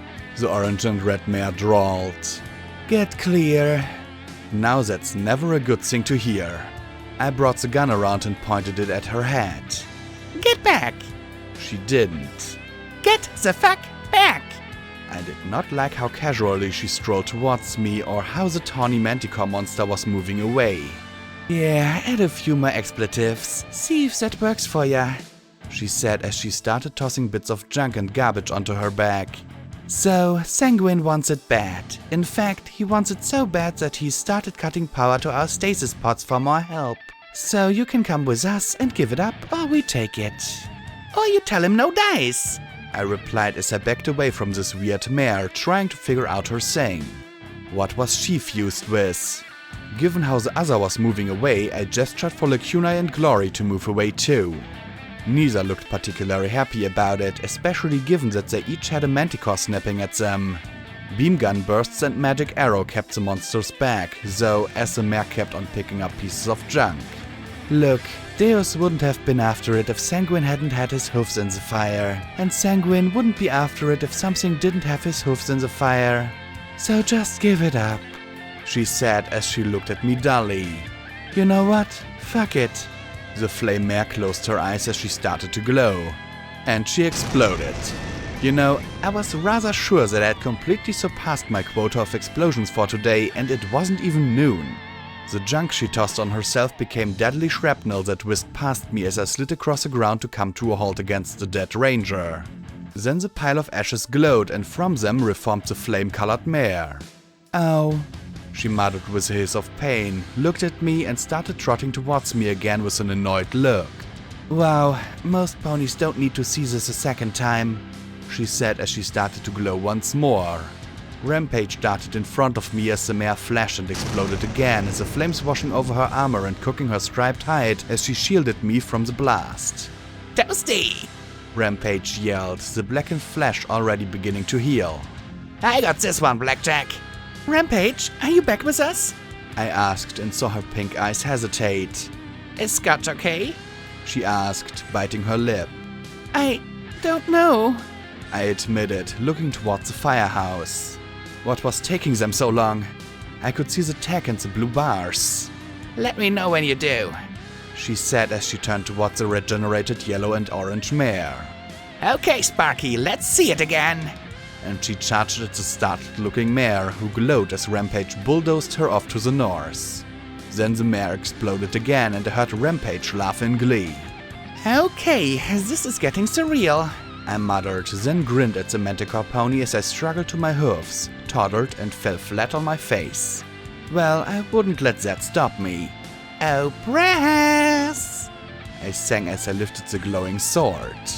I felt drunk, like I'd shot down a whole bottle of wild Pegasus. My hide was numb and my mouth kept slipping on my words. Blackjack, shouldn't we be getting the heck out of here? Glory asked, her red beams peppering the annoyed-looking manticore. Clearly, her Gatling beam gun didn't pack the shot-per-shot punch of her beam rifle. Still, she had a point. If I could only think. So many blasts and crashes and impacts left my brain feeling like it was so much mashed jelly. Right. I said as I picked myself to my hoofs. And the tech was moving again. Towards us? Yes, towards us. But the smoke and fire and monsters and brain damage were all adding up on me, and I managed 4 steps before everything went sideways and I collapsed on my face again. I rolled onto my back, looking at the smoke pouring up into the sky, and I stretched my hoof towards it for a moment, as if I could just push the clouds away and see the blue beyond. Sweet Celestia, I was messed up.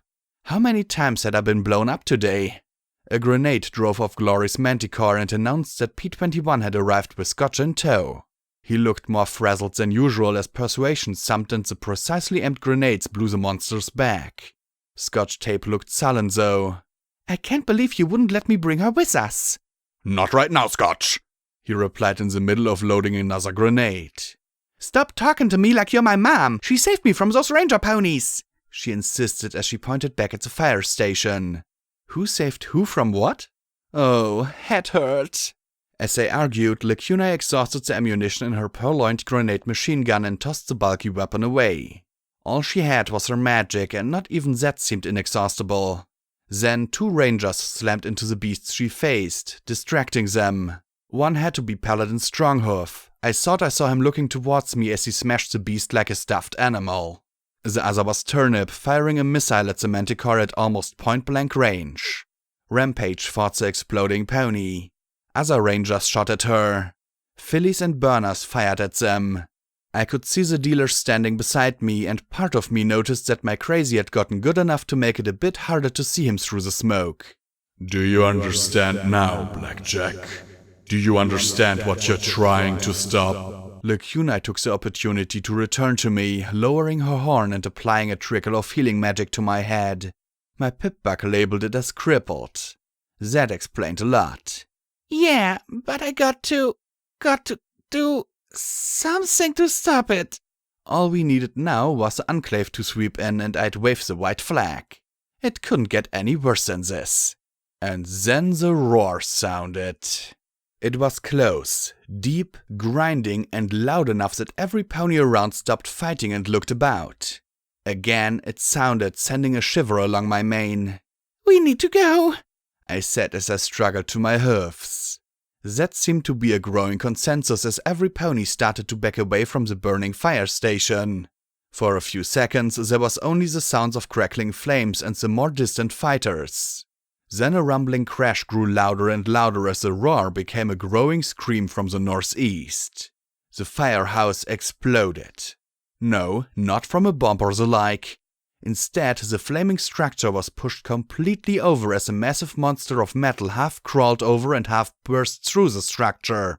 I'd seen a machine like this before, half rusted and buried in a hillside. This one wasn't rusted.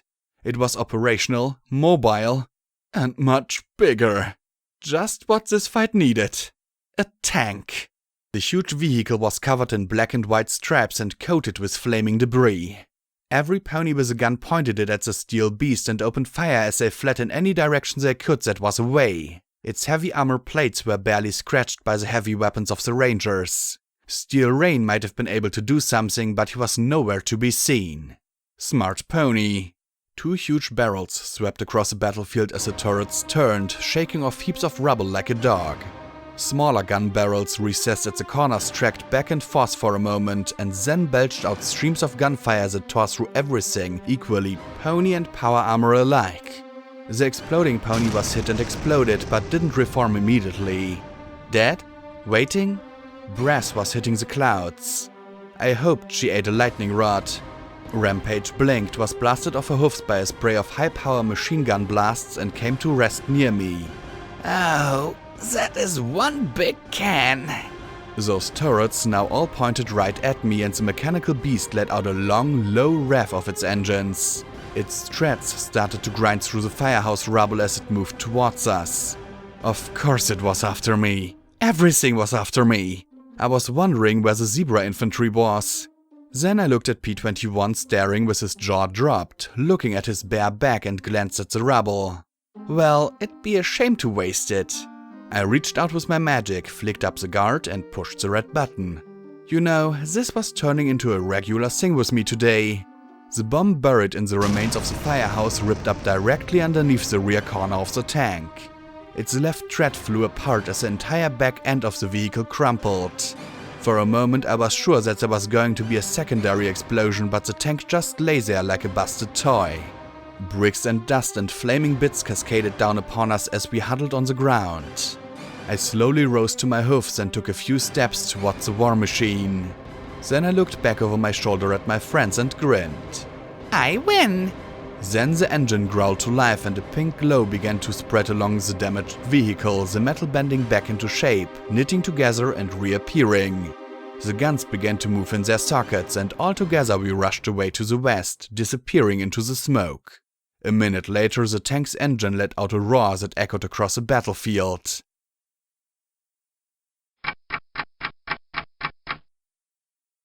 We didn't stop running for almost 10 minutes. We spotted 1 or 2 Reapers, but they were scattering too fast to give us any trouble. Finally, we tumbled into an intact basement bar and spread out. Every pony was covered in a mat of blood, soot, dust and sweat. We reeked of smoke and flamer fuel.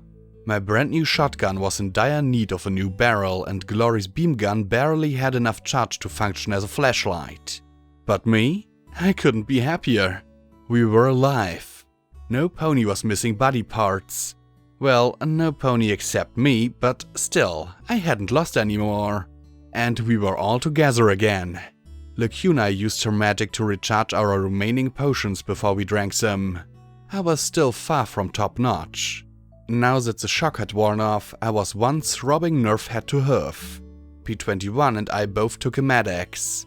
Scotch had gotten over her shock at the tank and was now telling Rampage about an odd filly she'd met in the firehouse who had saved her from Steel Rain's rangers. Glory tried to repair my braces with something more effective than duct tape. Hard to know how she'd managed that. Me, I just smiled as I drank a room temperature Buckweiser and looked at my 5 friends. You look happy, P21 said as he sat opposite me. He'd taken 1 drink of the tepid beer and grimaced. Wuss. But that was why I loved him. He still looked mixed about Rampage rejoining us. Glory remained cool now that things had calmed down. There was no doubt we needed her, but it'd take a while before Glory forgave her for leaving us back at the collegiate. I feel happy. I look like shit, I replied as I looked at the dusty pool table. There were bones around it. Well, that was a downer. I wondered who'd been playing when the bombs fell. Who'd been winning?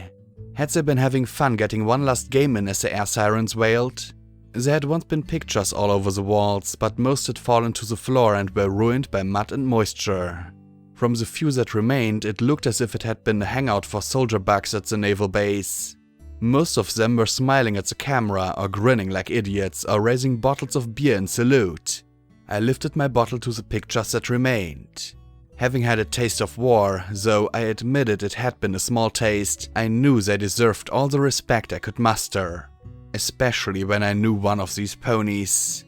Twist and a zebra sat at the bar in one grainy photograph and I carefully levitated the frame off the wall. There was a news article taped inside the frame. Barroom Brawl becomes battlefield by Ace Buckley. Chaos reigned yesterday night in progress at Billiard Pools Hall as a group of sailors from the Iron Man Naval Base encountered several soldiers from the Miramare Air Station. Sergeant Twist, formerly of the now infamous Macintosh Marauders, was sharing a drink with Shuja, one of the elusive Predator zebras still fighting on behalf of Equestria, when the sailors arrived and took umbrage with the presence of the red zebra. Sergeant Twist told the sailors what they could do with their anchors in a quote we cannot reprint, and the fight was on. When soldiers from the air station learned that the sergeant was in trouble, they immediately rushed to her assistance. All told, almost 200 off-duty soldiers rushed to the scene to assist their side. Though there were no casualties, Colonel Cupcake at Miramare said that there would be severe punishments incoming. Some observers, however, have expressed concerns that the former Marauder enjoys special privileges due to the attack on her last year. The question has also been raised of whether the sergeant's open intimate relationship with Shuja is conflict of loyalties.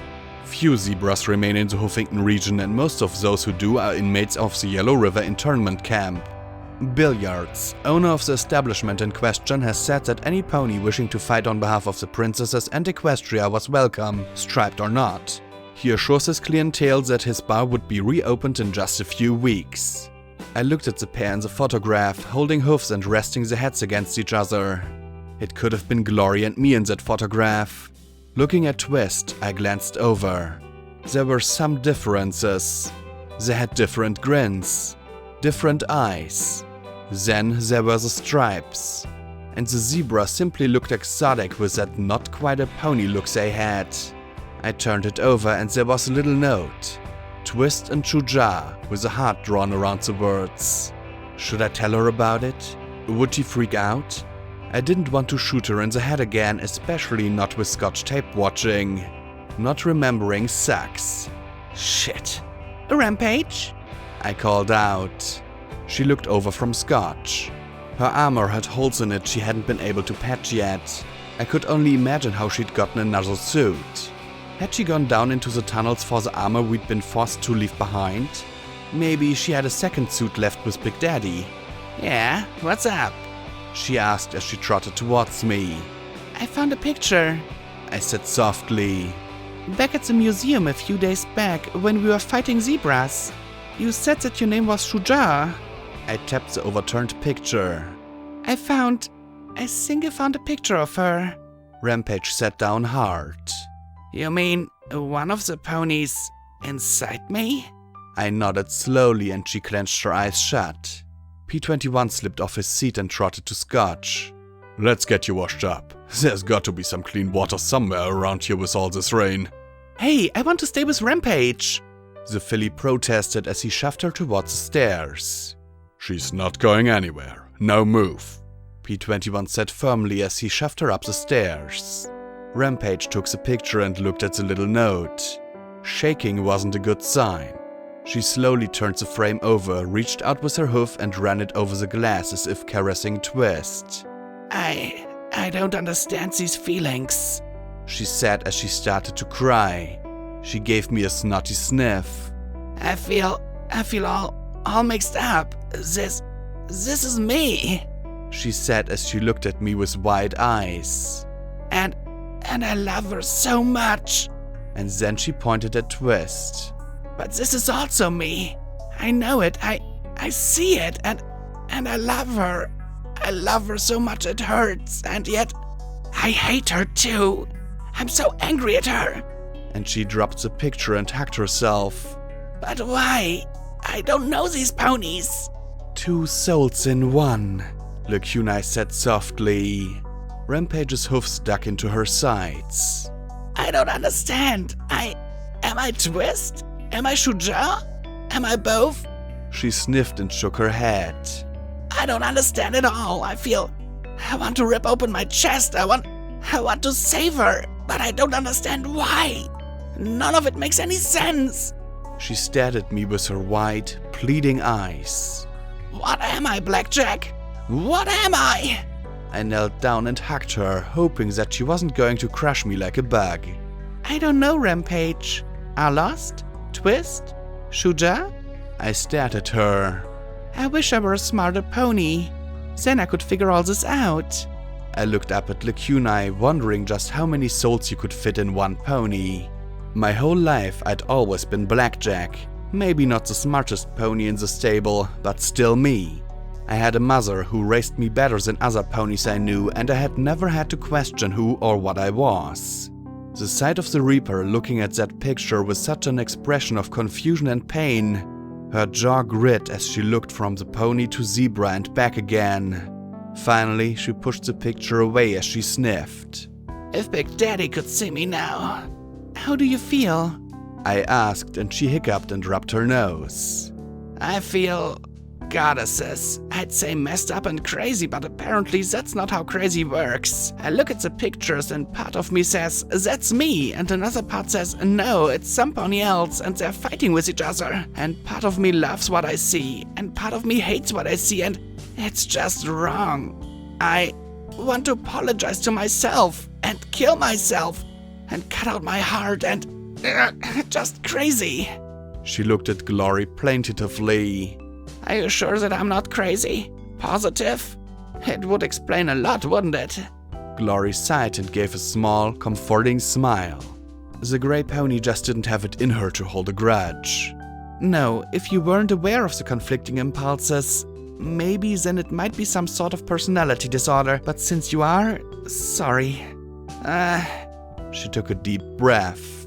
It's how I normally feel, like impulses and urges and conflicts inside me and all of them screaming for attention. Sometimes I feel like a school teacher or something and my head is a kindergarten.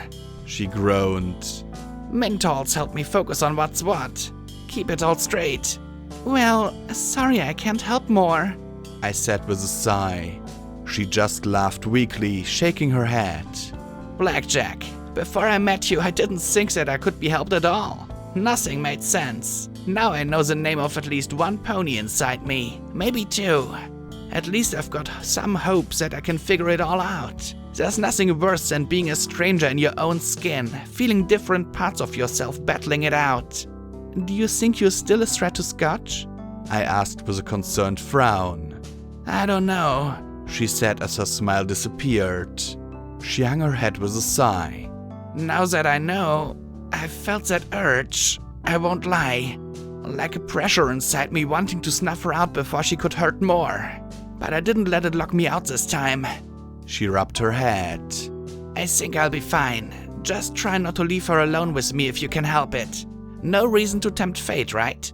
Right. Tempting fate would be the last thing I'd ever do.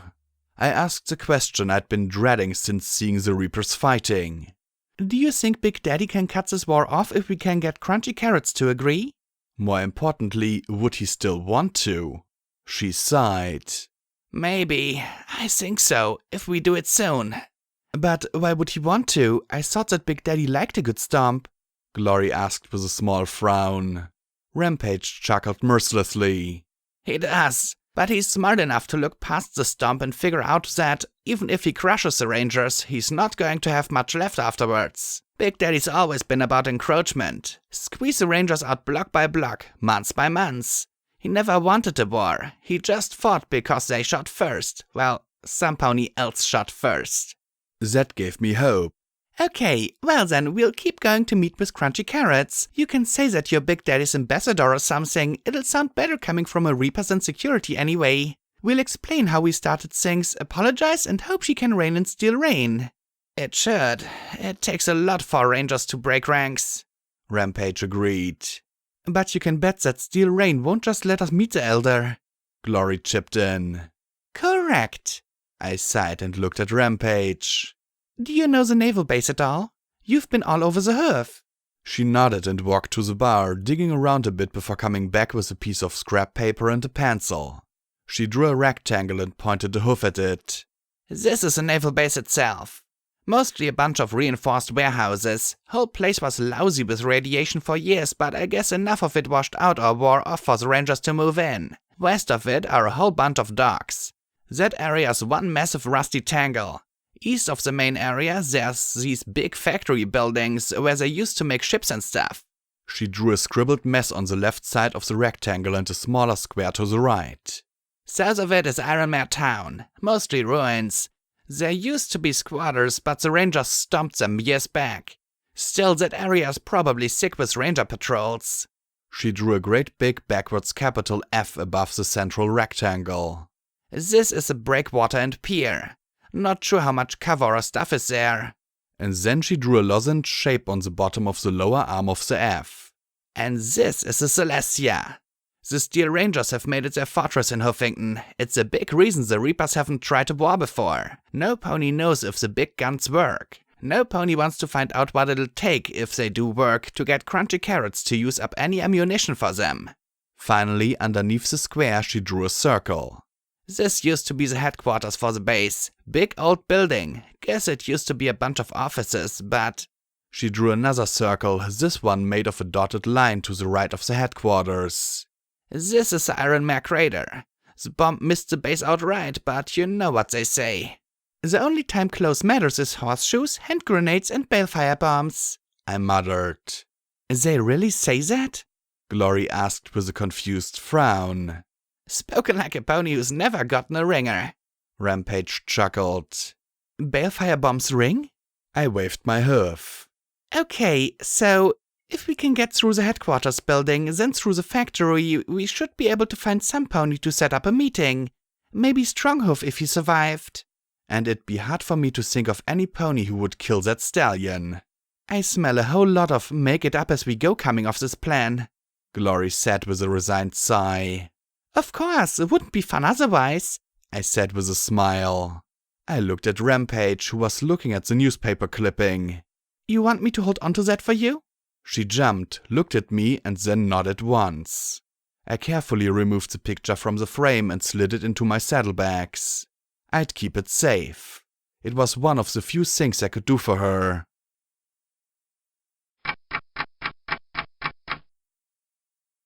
We all took a few minutes to rinse off the grime and grit from the battle. Already I was missing the last time I had wondrous hot water cascading over me with a mare scrubbing my flanks. An unoccupied bathtub would be wonderful too. I had never appreciated how a hot shower was a hallmark of civilization. It seemed so simple, but right now I could go for a week-long soak, which would give me a few more weeks to get stuff done before I died. Tick, tock, tick. As we set off, I imagined the taint battling with my cells, slowly advancing and encroaching on healthy tissue, building up bases and fortifying tumors, staging raids and assaults on my intact organs till it completely controlled the territory of my body. I could swear I felt little explosions inside when I moved wrong, twinges like gunfire, a general burning in my rear leg like flamers at work, and every now and then I imagined a bomb inside me going off that would make me pause and gasp. Well, you were all running one way, but I just couldn't. I was so scared, and those mean ranger ponies were laughing about how they would just cut off my pip-bug and figuring out how to disarm this old big bomb. Then this purple and green filly walked in, and they seemed to think she was one of my friends or something and went to grab her. Well, she opened her mouth wide and she bit his leg off. And then the other one started to shoot her, but the bullets, they just bounced right off. And then she breathed fire at him. Green fire! Scotch looked at us. I'm not making this up. I smiled as I clattered along beside her. I didn't say you were Scotch. You had the smile, she said sullenly. Smile? That I don't believe you, but I won't say so smile, she said crossly, then looked at Rampage. You believe me, don't you? There was more in her tone and expression than just that. She might as well have been asking, "You're not angry with me, are you?" or "You're not going to leave again, are you?" Rampage looked at her a long moment and then gave a crooked smile. Sure, kid. I know Gorgon, freakiest damn pony you ever saw. And her smile slowly faded away. And one of the nicest. I recalled him turning my friends to stone but kept my silence. Who hired him to up production at the mine? I asked as I trotted along. We were making our way north, more or less trying to keep off the streets and always watching the skies. We may have killed off a bunch of Brass's flock, but I didn't think that we'd gotten all of them. I mean, it seemed pretty sudden from what I recall. Dunno, apparently some buyer wanted every last gem they could claw out of the mine. Basically took it over. Funny, because normally those gems would get converted into flamer fuel or gem cartridges, but they were going somewhere else. I frowned, my head throbbing. I know that look, P21 said as he limped up beside me. What are you thinking, Blackjack? Just, everything is happening now. I get EC1101 out of stable 99. Gorgon gets sent out to mine gems. Every pony starts killing every pony else. What triggered it? What's behind it? Who wants the gems so much and why? I pointed in the general direction of the battle. And that monster pony said that some pony was really pushing Sanguine to get EC1101. So why now? Rampage looked at me. No offense, but why not? Things are finally organized enough for groups of ponies to tear each other apart. But that's part of it too. The companions come out east and just happen to weed out all the dozens of little tribes so that they could get 5 competing organizations, and one of the companions goes up to the Enclave to get them involved too through the VC? I can't believe it's all coincidence. It's like there's something sweeping all this along. And not just in Huffington. Why does the Stable Dwellers shake everything up? Why has Red Eye come to power in Philadelphia now? Why is everything happening now? Maybe it is all just one big coincidence? Glory suggested. I mean, it's all circumstantial. She was probably right, but I couldn't help but feel the niggling sensation that all of this was connected. That things that happened 200 years ago were happening now. I looked back at Lacuna trailing behind us as Glory and P21 began arguing over coincidences versus pattern. Well, that was fine. I'd raised the question, so now the smart ponies could argue over it. I dropped back and gave Lacuna a little nudge. How are you feeling? The goddess was hurt, very badly. I do not think Unity has ever been so threatened before. She shivered. She has cut me off as completely as she can. I have been forsaken. I can hear the others. But next time I am threatened, she will let me die. She will not endanger everything just for me. I'm sorry, I said with a sigh. I guess you and the goddess would have been better off if you'd never met me. Why do you say that? Lacuna said with the ghost of a smile. You are, in many ways, the most fascinating pony the goddess has ever encountered. Tenacious, foolish, brave and cowardly, painfully devoted to those in need. Had ponies like you lived 200 years ago, perhaps things might have been different. At the very least, you have inspired the goddess to a radical plan. A radical? Yes. The goddess knows a dire enemy is coming to us. We will treat with her. Seek to use her rather than destroy her outright. Allow her to achieve mutual goals in hopes that our great biological problem can be addressed. That sounds dangerous. What if she betrays you? That's a great concern. But as you have pointed out, 2 centuries of wasteland has accomplished little. 2 centuries of water and the Enclave hasn't accomplished much either, I thought. We do not know if this will work, but we are becoming increasingly aware that old methods are not succeeding. Things must change one way or another. Are you really cut off forever? I asked in concern, worried about what it meant for her. So says the goddess, but she said so before. Twilight is terribly curious about Huffington, Enervation, and your own concerns. Lacuna gave a mysterious little smile. I have faith that she'll one day return to me. I've lost goddesses before.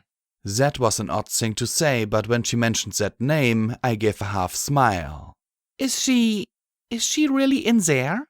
It's complicated, she said with another faint smile. It's like music. The goddess is a conductor, and we are her orchestra. She selects the music, but we must play the notes. Some of us play well, some softly, some with amazing skill. Twilight is one such musician, perhaps the best in the orchestra, but the goddess still picks the music. And I think that she is glad to yield the decisions to the goddess. The choices of her time as Ministry Mayor were not easy on her. It was a time of much pain and regret. Funny how she wants to add us all to her band, I muttered dryly. We once sought to make it optional, but the process was too slow and painful. The acolytes of Unity were too vulnerable to the predators of the wasteland, and it seemed somewhat cruel to leave the poor and ignorant and fearful to die when they could be saved in Unity. Once they were part of us, they would know it was a better state. She gave a tiny shrug. It is a matter of perspective. For us, it would be monstrous not to offer Unity to all. I didn't think about it like that. What was it like for you? She gave me a sad smile. I don't know. I didn't go through Unity, she replied, and I kicked myself. It was so hard to remember that she wasn't actually a pony, that she was just a collection of thoughts and regrets. I have memories, though. A cup of golden fluid, vats of rainbow lights, catwalks. Why catwalks? She sighed and shivered slightly. Then falling into a great dark filled with whispers and notes of light. And then? Learning to play. Some fight it. But I think on the fundamental level we all long for harmony. Harmony, huh? I looked in the direction of all the smoke. Somehow Huffington doesn't seem to know how to play along.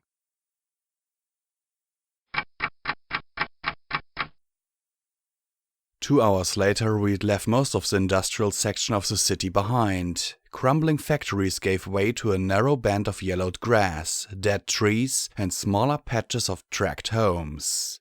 In the middle of this band was a parking lot, a foundation, and a sign proudly proclaiming Horizon Laboratories. Beneath that, proud subsidiary of the Ministry of Arcane Science. Everything else had been scraped away by a balefire bomb, given the crater beside the building. It'd probably been blown out into the bay. Well, that's disappointing, Rampage muttered. She pointed at the junk scattered over the slab of blasted foundation. Was this someplace important? It might have been a place with some answers, I grumbled. Now it was no place. If you don't mind, I think I should take the opportunity to replenish myself, Lacuna said as she looked yearningly at the red radiation emanating from the bowl-shaped depression. Have fun. Keep an eye open for rangers, reapers, manticores. I sighed and hung my head. You know what? Just keep an eye out for anything that isn't us. With a flutter of her wings, she trotted happily towards the wan glow of the crater. I walked across the slab, finding the elevator shafts completely choked with rubble. There were a few smashed and rusted bits of office equipment. Most of the concrete was burned to a crisp and still gave slow clicks on my radiation meter. We met back in the parking lot. So, nothing here then? Rampage asked as she drummed her hoofs on the rusted hulks. It looked exactly that way. A small parking lot for wagons, a big empty slab. Wait, small, big. Slowly I turned around and faced away from the building. Nothing that way either. A few smashed homes, a gutted recharging station. A lot of ponies must have worked here, and to do that they must have had some way to get here. There! A subway. Slowly I trotted towards it. The blue sign was pitted with rust and largely illegible, but my pip-bug navigation icon told me what it had said. Horizon Station. Bingo! I said with a little smile. Scotch balked. You want to go down there? She said as she looked at the rusty doors that hung half open at the bottom of the stairs. Just a little way, I said as I looked at her. You don't have to go if you don't want to. I glanced at Rampage, but she shook her head slowly. P-21 can. I'll go with you. You might come across a lock or a terminal, he countered flatly. Damn it. I'll stay with her, Glory volunteered as if there was some pony else willing. Who knows, it could be fun. Yippee, Scotch muttered as she walked away from the subway stairs. Babysat by the world's most boring pony. I'm not the world's most boring pony. We can braid manes, swap stories, pillow fight? She chewed on her hoof for a moment and looked at me. I'm not really the most boring pony, am I? I looked at her and thought that outright deception was called for. Absolutely not. That brightened her up. Come on, Scotch, I'll show you the principles of beam rifle technology, she said as the two headed back towards the center of the parking lot. Someday you're going to have to tell her what happened, Rampage said from the doorway of the subway station. She's fine. She's dealing with it, P-21 muttered. Last thing she needs to do is go remembering anything else. But why is she remembering at all? I asked as I looked in at 2 rusty escalators dropping into the earth. I took that for a sign and slowly started down with vigilance and sort out. Memory spells remove memory, Rampage said from behind me in a slightly off voice. I glanced back. Her walk was less stalking, more normal. Another pony inside her? However, mental trauma is rarely so black and white as good memory, bad memory. Stripping away an unpleasant memory may prevent the mind from actively recalling the event, but it doesn't necessarily remove the countless subconscious reactions to the trauma itself. If a pony falls into a river, the memory of the fall and nearly drowning can be extracted, but the anxiety around water and the phobia of drowning can remain. True memory therapy takes years of work to adjust those subconscious problems. I looked past her at P-21, seeing his eyes wide in surprise. Rampage muttered softly. What a dreadful station. Yeah, some pony should call maintenance. Doctor? I guessed. The emergency lighting still flickered and danced as we followed the escalator lower and lower into the earth. Octopus, she replied with a crooked smile. Really? Yes, really, I was quite grabby with my magic as a colt. I didn't hesitate as we continued down lower into the earth. I quite like my name actually, it's one few ponies forget. After a while, all the hoofsies and wing Z blur together, don't you think? I saw the red marks on my EFS below and lowered my voice. Right, what do you do for a living, Doctor? I asked, trying to divide my attention. Senior psychologist at the Fluttershy Medical Center, She said and then frowned. At least, I was. I think, has something happened? I feel dreadfully out of sorts. Not crazy, but not entirely here and aware of what was going on. Nothing major. I said softly, wondering how a pony like this ended up in Rampage. What was the last thing you recall clearly, Doctor? She curled her lip as she stepped over several bodies, not seeming to recognize them completely. I believe I was attending a lecture on methods of psychological deconstruction and reconstruction in Manhattan. There was an accident, I think, a dreadful accident. She suddenly looked around. What's going on? This has to be some sort of hallucination. Please, Doctor, focus. You said an accident. Did it happen after Big Macintosh's death? She looked at me and her panic increased. Why are you asking an old bag about that horrible affair? This must be some sort of stress-induced break from reality.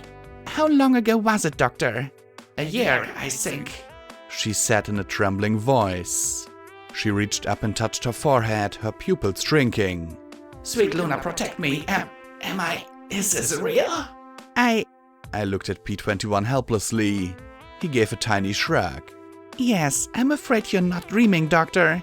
You're inside a mare named Rampage. I prayed she wasn't going to freak out, but though she seemed disturbed, she didn't become violent. Instead, she reached up to her eyes and then blinked. Ah, no glasses. My word. Well, I suppose that unless I've gone completely off my nut, I may as well accept that what you say at face value. She muttered as she looked down at the decaying station. So it seems as if something has gone quite terribly wrong. She asked with a worried smile. It's been 200 years, and yes, something did go quite terribly wrong. P21 said quietly. You're a bug doctor? Well, I was, she said. And I was a unicorn. Really, how did this happen? I sighed. You tell us, Doctor. As I said, I haven't the foggiest idea. I was asleep, I think. It was dark, certainly. Unpleasant. Then I recall some folks discussing memory manipulation. I was quite keen to join the conversation, but unfortunately I couldn't quite wake up. Then it happened again just now, and suddenly I was, well, in this odd state. I didn't feel myself at all. She replied as he looked at her hoof claws. My, how positively horrid. The future isn't at all what I'd anticipated. Did anything unusual happen to you? Anything to do with the Office of Interministry Affairs or their secret projects? I asked with a smile. Anything you can tell us would help. My dear, I was living a life of constant referrals and anticipating more time with my grandfolks once I retired. I was never a big supporter of the war or the ministries and certainly not involved with anything secret. She said with a sad shake of her head. I wonder, did my grandfolks... what became of them? She asked with a look of terrible worry. I'm sorry, Doctor. They probably died. I said softly. There were bombs. I stammered and dropped my gaze. I'm sorry. She put her hoofs on my shoulders. No, my dear, I'm sorry. I'm sorry we didn't work things out. I always knew we were developing too fast, changing too much. Too much pride and too much anger. But no pony was interested in the opinions of a buck who fondly remembered steam trains. She took a deep breath. Now, if you'll excuse me, I think there's some pony who wants... something. I'd best go back to wherever I was. She blinked and suddenly her eyes popped wide. Tell me I didn't kill her. Please, tell me I didn't kill her. You didn't, I assured her. Actually, we talked to some pony who was, well, actually pretty nice if a little confused. We trotted down to the station. I was relieved to find it intact. However, there were some ghouls shuffling around aimlessly. I was glad that the doctor was gone. I'd hate to explain all this to him. It was surprising how casually we dispatched them. After a battle like earlier, it seemed almost foolishly easy. The train tunnel ran north and south, right towards the Fallen Horizon labs. What are you hoping to find? P-21 asked as he stuffed his saddlebags with some semi-decent salvage. There was always a need for more duct tape, wonder glue, and scrap metal. No idea. The professor said that this place was involved with the OIA, I said as we stepped off the platform and walked along the tracks. I kept looking up to the sides and all around. This is a bad idea, P-21 muttered. We don't have any healing potions left. As I recall, you volunteered, I said as I looked at him with a flat look and even smile. Then I spotted the door in the wall, a terminal mounted next to it. I rapped on the glass monitor. And a good thing too. He scowled sullenly at me before getting to work. What was he like? Rampage asked. The doctor? Well, he was a grandfather, a professional, cared for his grandkids, didn't mention a wife, seemed to think he was dreaming or something at first. And he was a psychologist of some sort, I said with a smile and a shrug at her baffled look. We were silent for a few minutes as P-21 worked on the terminal, muttering under his breath. Blackjack? Rampage asked softly. Do you think I'm real? I blinked in surprise. Real? What are you talking about? I mean, she hugged herself. What if there's no Rampage, or are lost, or me? Am I just a collection of ponies all blended together? I bit my lip, not sure how to answer that. But P-21 snorted. You're real, all right. He looked at the striped mare sharply. I have no idea who that doctor was, or Shuja, or Twist, or any pony. I just know Rampage. That's all I think of when I think of you.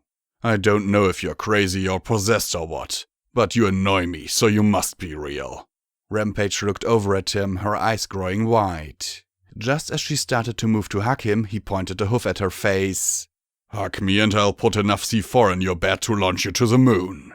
Rampage stopped mid-hug, giving me an awkward smile. P-21 looked over at the terminal and hit a button. There was a beep and then an electrical click and the door swung open. Well, there's probably something bad here, he said as he looked at me. Why? The password is Trottenheimer.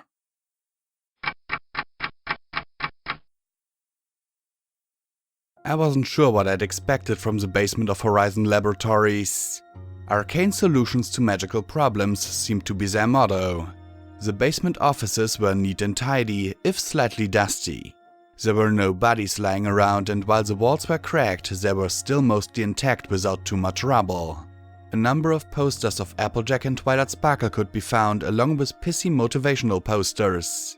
What there wasn't a lot of was paper. Something's wrong here, I muttered as I checked the 20th desk. No clipboards, no financial reports, no papers, no office supplies.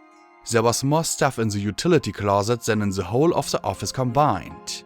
Where were the coffee mugs and the bottle caps? There were always bottle caps. This place has been cleaned, P-21 said quietly. And not recently either. No bullet holes, I said. So this wasn't a raid like that at the museum. Then we found the doors and, pushed against them, a crate filled with strange yellow suits. Bright purple tape was stretched back and forth across the doors, and a sign reading Biomagical Contamination Level 5. Quarantined by order of the MAS had been hung in the center. I looked at it and nodded my head to the door. What do you want to bet all the interesting things are through there? Of course, because I'm traveling with the only pony who wants to go into a place marked Biomagical Contamination Quarantined, P-21 muttered. Why are you bitching so much, P-21? Rampage asked flatly as she cut through the strips. You could have stayed outside, you know, with your daughter. Shut up, he growled as he rubbed his leg. I didn't ask for this. Any of this. So what? Rampage replied. I didn't ask to have a doctor, a zebra, and a foal killer inside me. Glory didn't ask to lose a wing. Scotch didn't ask to lose her mother. And Blackjack didn't ask to die of cancer, but we're sucking it up and dealing with it as best we can. Rampage? I said, trying to head this off. Yeah? P21 said, ignoring me and glaring at her. Well, this is me dealing with it. No, this is you running away from it, because you've got family right here in front of you and you're terrified of actually having a relationship. Rampage said firmly. You know what? He rose to his hoofs. I really don't need to hear this from a mare who ran away and left us to go join her marauding friends. You deal with your shit your way. I'll deal with my shit my own way. He started limping towards the exit.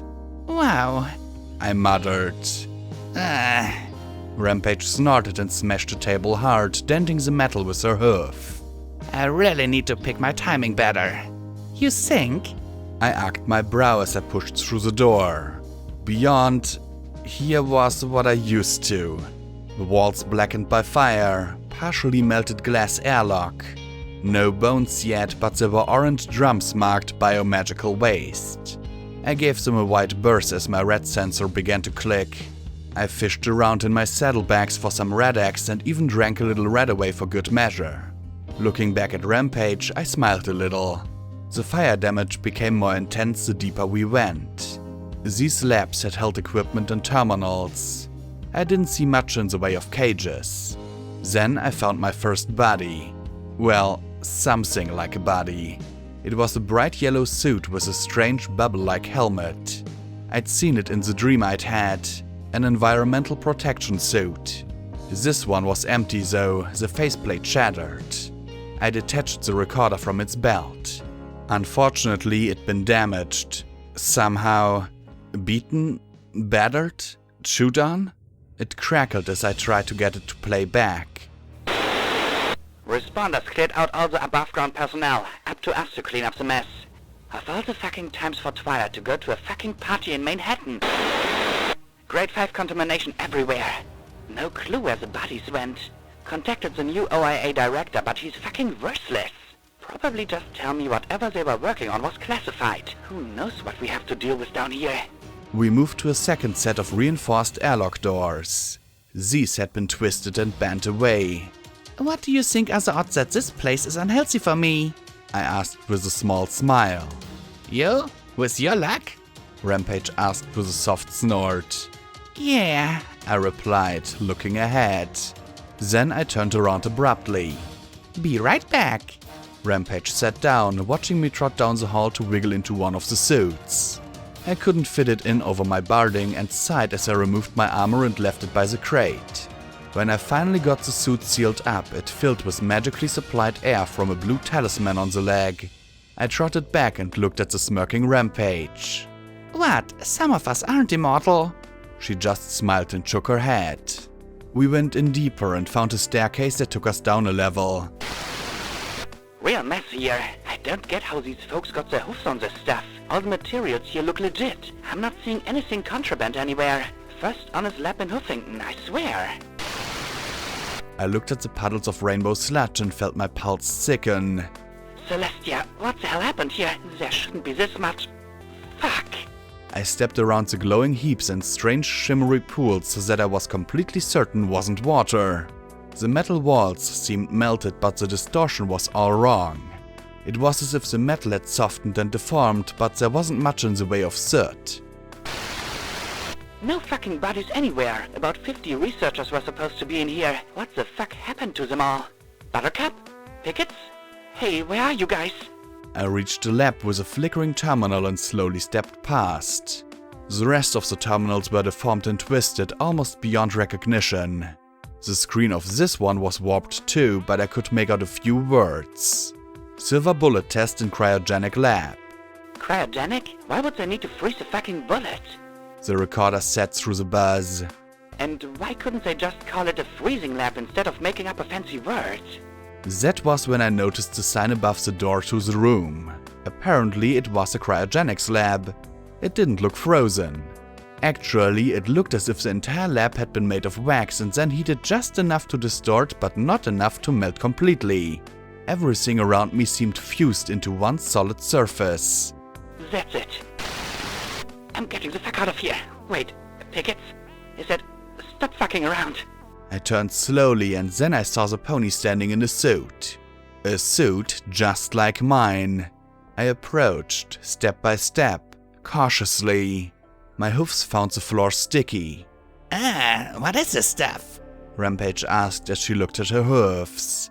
Blackjack, let's get out of here. This place is way too messed up for me. Just a second. The pony in the suit was leaned right up against the wall just inside the door. Slowly I trotted closer and closer, leaving Rampage to scrape the goo on the floor of her hoofs. The speaker crackled and sputtered as I looked into the lab, my eye drawn into the middle by a familiar object. The entire room had been liquefied. In the center was a sort of pedestal. It rose like an organic growth in the center of the room, holding the only solid object in sight. A deformed metal arm dangled above it like a skeletal appendage. I'd seen the object before. I had one sitting in my saddlebags right now. Laying on the pedestal was a split-open shell of a silver bullet. It'd been mostly hollow, a thick silver casing around a softly glowing white stone core. A faint rainbow residue coated the interior. Slowly, I backed away as the recorder crackled. Pickets! Pickets! Fuck! Pickets! I turned to look at the pony. She wasn't leaning against the wall. She was a part of the wall. And she was staring right at me. She opened her mouth and began to scream. And the rest of the lab joined her. Footnote: 95% to level.